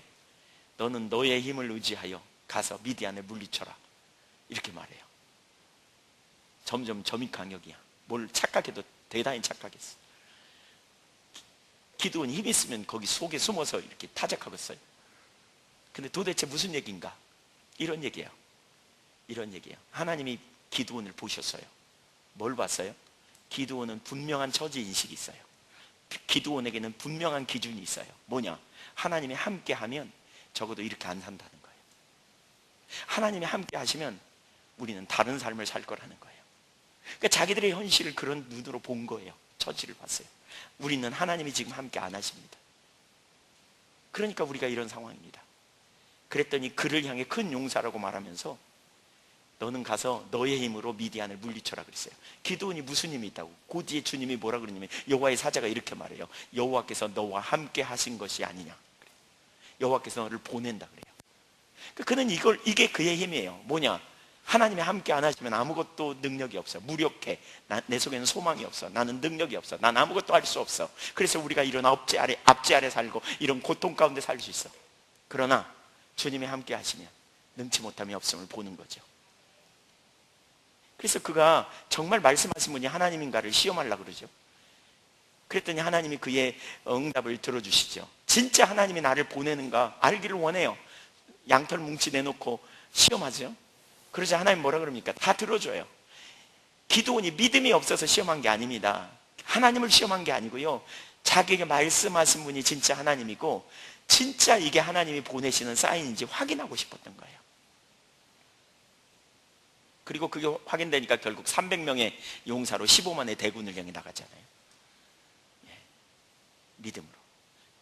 따라서 보세요. 처지인식이 힘이다. 처지인식이 힘이에요. 처지를 인식하는 사람이 주님 앞에 나가요. 여러분, 우리의 실상을 인식하는 게 은혜예요. 아까 내가 말씀을 존중히 여기는가에 대해서 이렇게 나눌 때 상당히 많은 분들이 거기에 이렇게 마음의 찔림을 좀 받으시는 분들이 있으신 것 같아요. 내가 말씀을 존중히 여기지 못하는. 왜 그런 부분을 나눠가지고 내 속을 찔르나? 처지 인식해 하는 거예요. 심각하다. 우리가 심각하다. 내가 정말 기도하는 사람인가? 난 정말 영적으로 성숙되고 진리를 안다 그러는데 진짜 내가 말씀대로 움직이고 행동한 사람인가? 하나님 뜻을 알지만 내가 그것이 이루어지기를 위해 적극적으로 기도하고 나가는가? 난 그렇지 못하는 것 같다. 처지를 인식하면 뭐예요? 돌이켜야 된다는 거예요. 돌이켜야 된다. 거기서부터 부흥이 시작된다니까요. 하박국 선지자가 그 시대의 상황을 봐요. 율법이 해이되고 공의가 시행되지 못한 현실을 바라보면서 하나님 이게 뭡니까? 그리고 하나님 앞에 나가요. 그 처지를 인식하고 하나님 앞에 나갔더니 하나님께서 그런 사람에게 하나님의 의도와 계획을 알게 해주십니다. 결국 그가 나중에 이렇게 기도합니다. 하박국 3장 2절에 여호와여 내가 주께 대한 소문을 들었나이다. 여호와여 주는 주의 일을 이 수년 내에 부응하게 하옵소서. 이 수년 내에 나타내시옵소서. 진노 중에서라도 긍휼을 잊지 마옵소서. 하나님이 일을 이루어달라고 그는 간절히 기도합니다. 하나님만 하실 수 있는 일. 처지를 인식하는 자가 부흥을 위해서 기도하는 자리로 갈 수 있어요. 하나님 네 가지 방법을 통해서 우리에게 말씀하신다. 뜻을 알게 하신다라고 그랬어요. 환경을 통해서, 고난을 통해서, 그렇죠? 성경을 통해서, 그렇죠? 그리고 감동을 통해서, 그렇죠? 또 한 가지는 뭐예요? 네, 그러니까 성령을 통해서, 그리고 영적 분별력을 통해서 처지 인식하게 함으로 한다 그랬어요. 세 번째, 회복과 부흥을 위한 기도의 성격. 저는 오늘 설교 엄청 일찍 끝날 줄 알았는데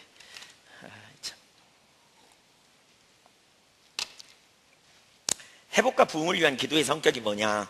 이사야 62장 6절 7절 한 번 더 읽어보겠습니다. 이사야 62장 6절 7절.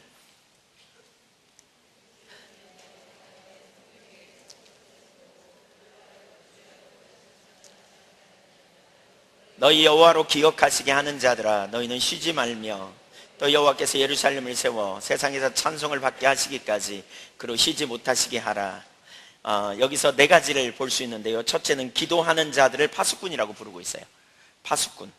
너희 성벽 위에 파수꾼을 세우고, 그렇죠? 두 번째, 하나님으로 하여금 기억나시게 하는 자들, 기억하게 하는 자들. 그러니까 파수꾼의 일이 뭐라고요? 기억하게 하는 자들, 하나님으로. 세 번째, 그들의 임무는 주야로 잠잠하지 않는 것. 잠잠하지 않는 것. 그러니까 집중적인 기도를 말하겠죠. 네 번째, 그들은 하나님의 약속이 다 성취될 때까지 그 일을 감당하도록 하는 자들. 그러니까 첫째, 파수꾼이라고 그랬어요. 성경에 나오는 파수꾼은 대개 뭡니까? 양들을 지키는 사람을 파수꾼이라고 말하기도 하고요. 어떤 데는 적군이 오는 것을 이렇게 지키는 사람을 파수꾼이라고도 하고, 그걸 알리는 사람을 파수꾼이라고 하기도 하죠. 근데 구약에서 말하는 파수꾼, 영적인 의미로는 뭡니까? 선지자를 의미합니다.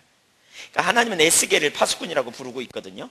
에스겔서 3장 17절에 인자야 내가 너를 이스라엘 족속의 파수꾼으로 세웠으니 너는 내 입의 말을 나를 대신하여 그들을 깨우리라. 그러니까 뭐예요? 선지자적인 소명이 있는 거죠. 그렇죠? 이게 파수꾼이에요. 그런데 우리가 읽은 이사야 62장 6절 7절에서는 기도하는 사람을 파수꾼으로 이야기하고 있어요. 왜냐하면 파수꾼적인 사명, 그러니까 그것은 일반적으로 뭐죠? 선지자를 말하는데 여기서 기도하는 사람들 또 그런 비슷한 사명을 감당하는 거예요. 그러니까 하나님으로부터 말씀을 받아서 사람들에게 전하는 선지자가 아니라 하나님의 약속을 붙들고 밤낮으로 하나님께 기도하는 사람들. 근데 왜 이들을 파수꾼이라고 부르고 선지자적인 소명처럼 표현했을까? 이 기도가 선지자적 소명이기 때문에 그래요. 선지자적 소명. 그러니까 바꿔 말하면 하나님의 뜻을 보이시고 그 일에 기도하도록 하기 때문에 파수꾼이라고 말하고 있는 거죠. 하나님의 목적을 이루는 일에 쓰임받는. 그래서 여기서 되게 중요한 게 친밀한 교제가 핵심이에요. 친밀한 교제 가운데 있어야 돼요. 아까 친밀한 교제에 있기 위해서 정말 중요한 게 자아가 내려져야 된다 그랬죠. 그러니까 그게 뜯어져야, 그렇죠? 주님과의 친밀한 교제 가운데 들어가는, 실제적으로 거기 가요. 그때 하나님의 의도가 보여요. 자기중심성이 내려지는. 그걸 해결하셔야 돼요. 그러니까 여러분 아침에나 저녁에나 기도할 때 항상 저는 그래서 이렇게 문제 가진 채로, 마음이 산만한 채로 기도하려고 하지 말라 그럽니다. 눈 뜨고요 기도하기 전에 정리하세요. 왜 산만한지. A4 용지에다가 아니면 노트에다가 다 적어보세요. 내 마음이 산만한 이유 뭐 때문인가 적어요. 적고 그거 하나씩 다 해결해 가는 거예요. 회개할 거 회개하고, 끊을 건 끊고, 그리고 주님을 구하는 자로 가는 게 필요해요. 그 이면에 뿌리에 뭐가 있는가? 염려가 있으면 불신앙이 있고요, 연민에 빠져 있으면 불신앙이 있고요. 그렇죠? 불신앙의 식구들이 있죠. 연민, 불평, 원망, 다른 사람 비판하는 거, 그렇죠? 자기가 자기를 불쌍히 여기는 거, 그러다가 이런저런 생각이 막 올라오죠. 이거 다 불신앙의 식구들이죠. 인본주의적인 거. 그런 게 있는지, 아니면 시기 질투, 나를 기쁘게 하려는 동기에서 나오는 그러한 뿌리가 있는지, 그러다가 나를 인정 안 해주니까 그 인간 보기도 싫고, 또 마음에 경쟁심이 올라오고 밉고, 누가 어떻게 돼버리면 좋겠다 막 마음속으로 그런 생각이 올라오고, 이런 것들 다 정리하고 나서 주님 찾으세요. 친밀한 교제 가운데 있어야 돼요. 하나님의 뜻을 알기를 구하고 찾는 가운데 하나님의 뜻이 보이면 그 일이 이루어지기를 기도하는 사람, 이게 파수꾼이에요. 이게 파수꾼. 그러니까 하나님의 마음으로 세상을 보는, 이대로는 안 된다는 절박감을 가지고 주님 앞에 나아갈 때 그 기도를 통해 하나님의 일을 이루시는 것이 기도예요. 누가복음 2장에 나오는 안나가 바로 그런 사람이죠. 안나. 안나를 선지자라고 불렀어요. 안나가 말씀을 전했다는 말이 별로 없어요. 그렇죠? 안나가 말씀을 전한 선지자이기보다는, 하나님의 말씀에 대언을 가진 선지자이기보다는 하나님의 뜻과 의도와 목적을 알고 하나님 앞에 그 일이 이루어지기를 위해 기도했던 것 같아요. 안나는. 네. 성전을 떠나지 않고 집중적으로 하나님 앞에 기도하는. 그러니까 이러한 기도에는 뭐가 있냐면, 다른 표현으로 말하면 영적인 민감함이 부어져요. 이렇게 기도하면. 왜요? 하나님과 친밀한 교제 가운데 있으니까. 하나님의 의도가 알아요. 그래서 중보기도 하는 사람은요, 하나님의 의도가 보여요. 깨달아져요. 성령의 조명으로. 성경을 읽을 때도 깨달아지고요. 여러분, 은혜가 함께할 때 우리 가운데 제일 먼저 나타나는 징표가 뭔 줄 아세요? 말씀이 깨달아져요. 말씀이. 제일 먼저 나타나는 징표 중에 하나가 말씀이 깨달아지는 거예요. 그래서 하나님의 말씀, 하나님의 길을 따라 우리 삶을 조정할 수 있도록 인도해 가세요. 왜냐하면 말씀이 보여야 우리가 하나님과 동행이 되거든요. 깨달아져요. 그래서 그런 기름 부음이 우리 가운데 주어지고 하나님의 길이 선명히 보이고, 이런 일들이 일어나죠. 그래서 선지자라고 부르는 거예요. 두 번째, 이 구절은 기도하는 자들을 하나님으로 하여금 기억하시게 하는 자들이라고 부르고 있어요. 그러니까 하나님께 상기시켜 드리는 자들. 회복과 부흥을 위한 기도는 하나님의 약속을 하나님께 상기시키는 거죠. 하나님의 약속을 붙들고 그 약속이 이루어지기를 위해서 간절히 기도하는 거예요. 이때 약속에 초점을 두지 않고 하나님께 초점을 두는 거죠. 하나님만이 이루실 수 있음을 고백하고 하나님의 임재로 채워주시기를 갈망하며 사모하는. 세 번째, 이 구절은 기도하는 사람들의 임무를 주야로 계속 잠잠하지 않고 하나님으로 하여금 쉬지 못하게 하는 것이다, 이렇게 말하죠. 그러니까 안나의 삶에 보면 뭐라 그랬어요? 안나는 여기 뭐죠? 나이가 매우 많았어요. 그리고 결혼 후에 7년 동안만 살고, 그렇죠? 과부가 되어 84세가 되었다. 그러니까 한 60년 동안, 그 당시에 보통 14살에 결혼했다 그러니까 한 60년 동안 기도했다는 거예요.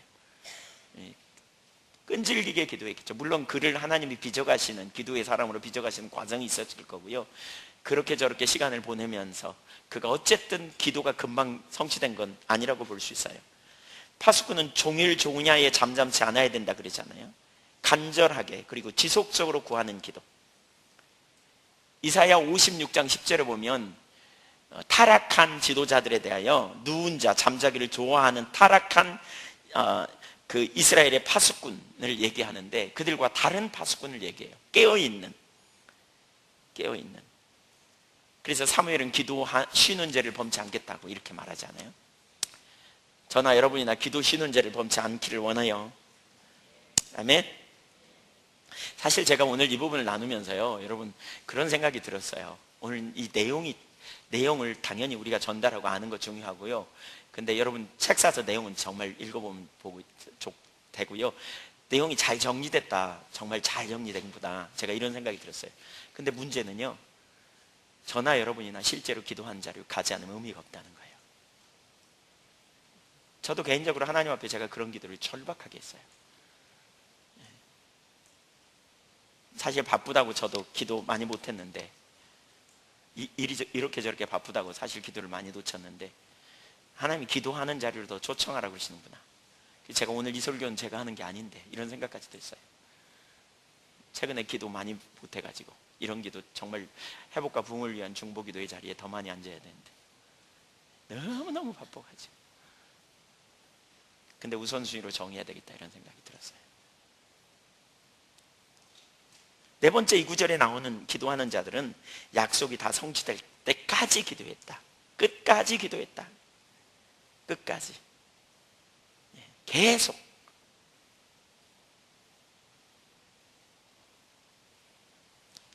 믿음으로 구하는 기도가 돼야 되는 거죠. 약속이 성취될 때까지. 그래서 중보기도가 뭔지, 우리가 어떻게 기도해야 되는지 요약하면 그런 거죠. 하나님은 하나님의 때에 사람을 세워서 일해 가시는데, 이루시는데, 하나님의 일을 이루시는데, 때가 되면 하나님은 기도하는 사람을 세우셔요. 이때 하나님은 기도하는 사람들을 세우기 위해 성경을 통해 약속을 깨닫기도 하고, 성령을 통해 하나님의 계획과 마음과 의중을 알리시기도 하고, 또 하나님의 계획과 관련된 약속을 주시기도 하고, 그렇죠? 또 환경을 통해 하나님 기도하도록 초청하시기도 하고.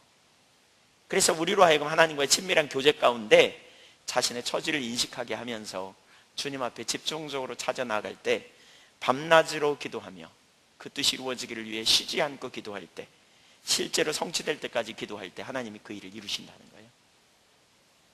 저와 여러분이 그 자리에 있기를 간절히 원합니다. 친밀한 교제 가운데 하나님의 뜻을 발견하는, 여기서 말하는 중보기도는 단순히 우리가 어떤 기도 제목 놓고 기도하는 기도가 아니에요. 그렇죠? 이 기도는 하나님과 친밀한 교제 가운데 하나님의 뜻을 발견하고 하나님 자신을 구하는, 그러니까 친밀한 교제가 핵심이에요. 아까 제가 그 얘기를 하다가 시간을 많이 썼는데, 결국 우리 내면의 소리를 눌릴 게 아니고요, 그거 정리하고 주님의 보좌 앞에 나가야 돼요. 그래서 하나님께서 행하시는 일을 깨닫고 그 뜻이 이루어지도록 하나님께 간절히 구하는 기도. 친밀한 교제 가운데서 하나님이 보이시는 약속을 따라 삶을 조정하는 것. 회복과 부흥을 위한 기도의 정의. 회복과 부흥을 위한 기도는 하나님과의 친밀한 교제 가운데서 자신들의 처지나 하나님의 뜻 혹은 하나님의 약속을 발견하고 하나님의 뜻이 이루어지기까지 약속을 붙들고 하나님을 신뢰함으로 간절히 구하는 기도. 이게 회복과 부흥을 위한 기도입니다. 무엇보다 하나님 자신을 구하고 그렇게 하나님을 찾는 가운데 성경을 통해서 하나님의 뜻을 발견하고, 사실 여러분 이번 주간에 하나님의 뜻이 뭔지 발견했을 거예요. 그런 부분에서 부흥은 하나님의 뜻이죠. 회복, 하나님의 유업이 이루어지는. 먼저 여러분 자신이 그렇게 하나님 자신을 구하고 통치 가운데 들어가기를 구하고요, 삶을 조정하고요, 기꺼이 그렇게 서세요. 그렇게 조정하세요. 방치하지 말고요. 그리고 집중적으로 하나님 자신을 구하고 그분의 임재를 구하고 그분의 통치 가운데 있기를 열망하고 즉각 삶을 조정하고, 그리고 무엇보다 하나님 자신을 구하고 임재를 갈망하고 그 통치 가운데 있기를 사모하며 여러분이 하나님 찾으면 반드시 하나님 만나고요, 하나님을 경험하게 될 거예요. 아멘. 이렇게 기도하는 자들에게 주시는 놀라운 축복이 있어요.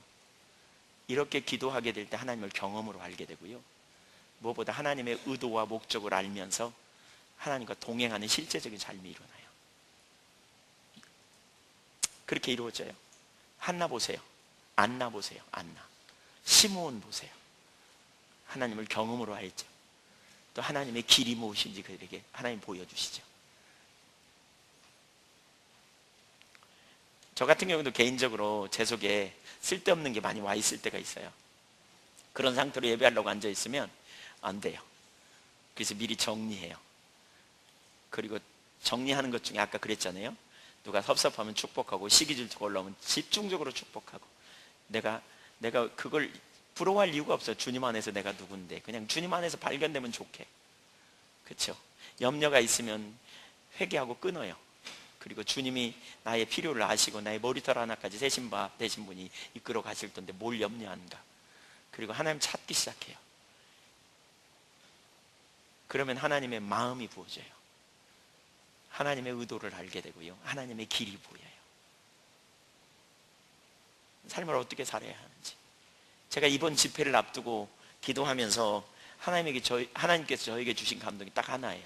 기도만 했다 하면 겸손하라고, 겸손한 자리로 나오라고, 교만을 깨라고, 교만을 깨뜨리라고.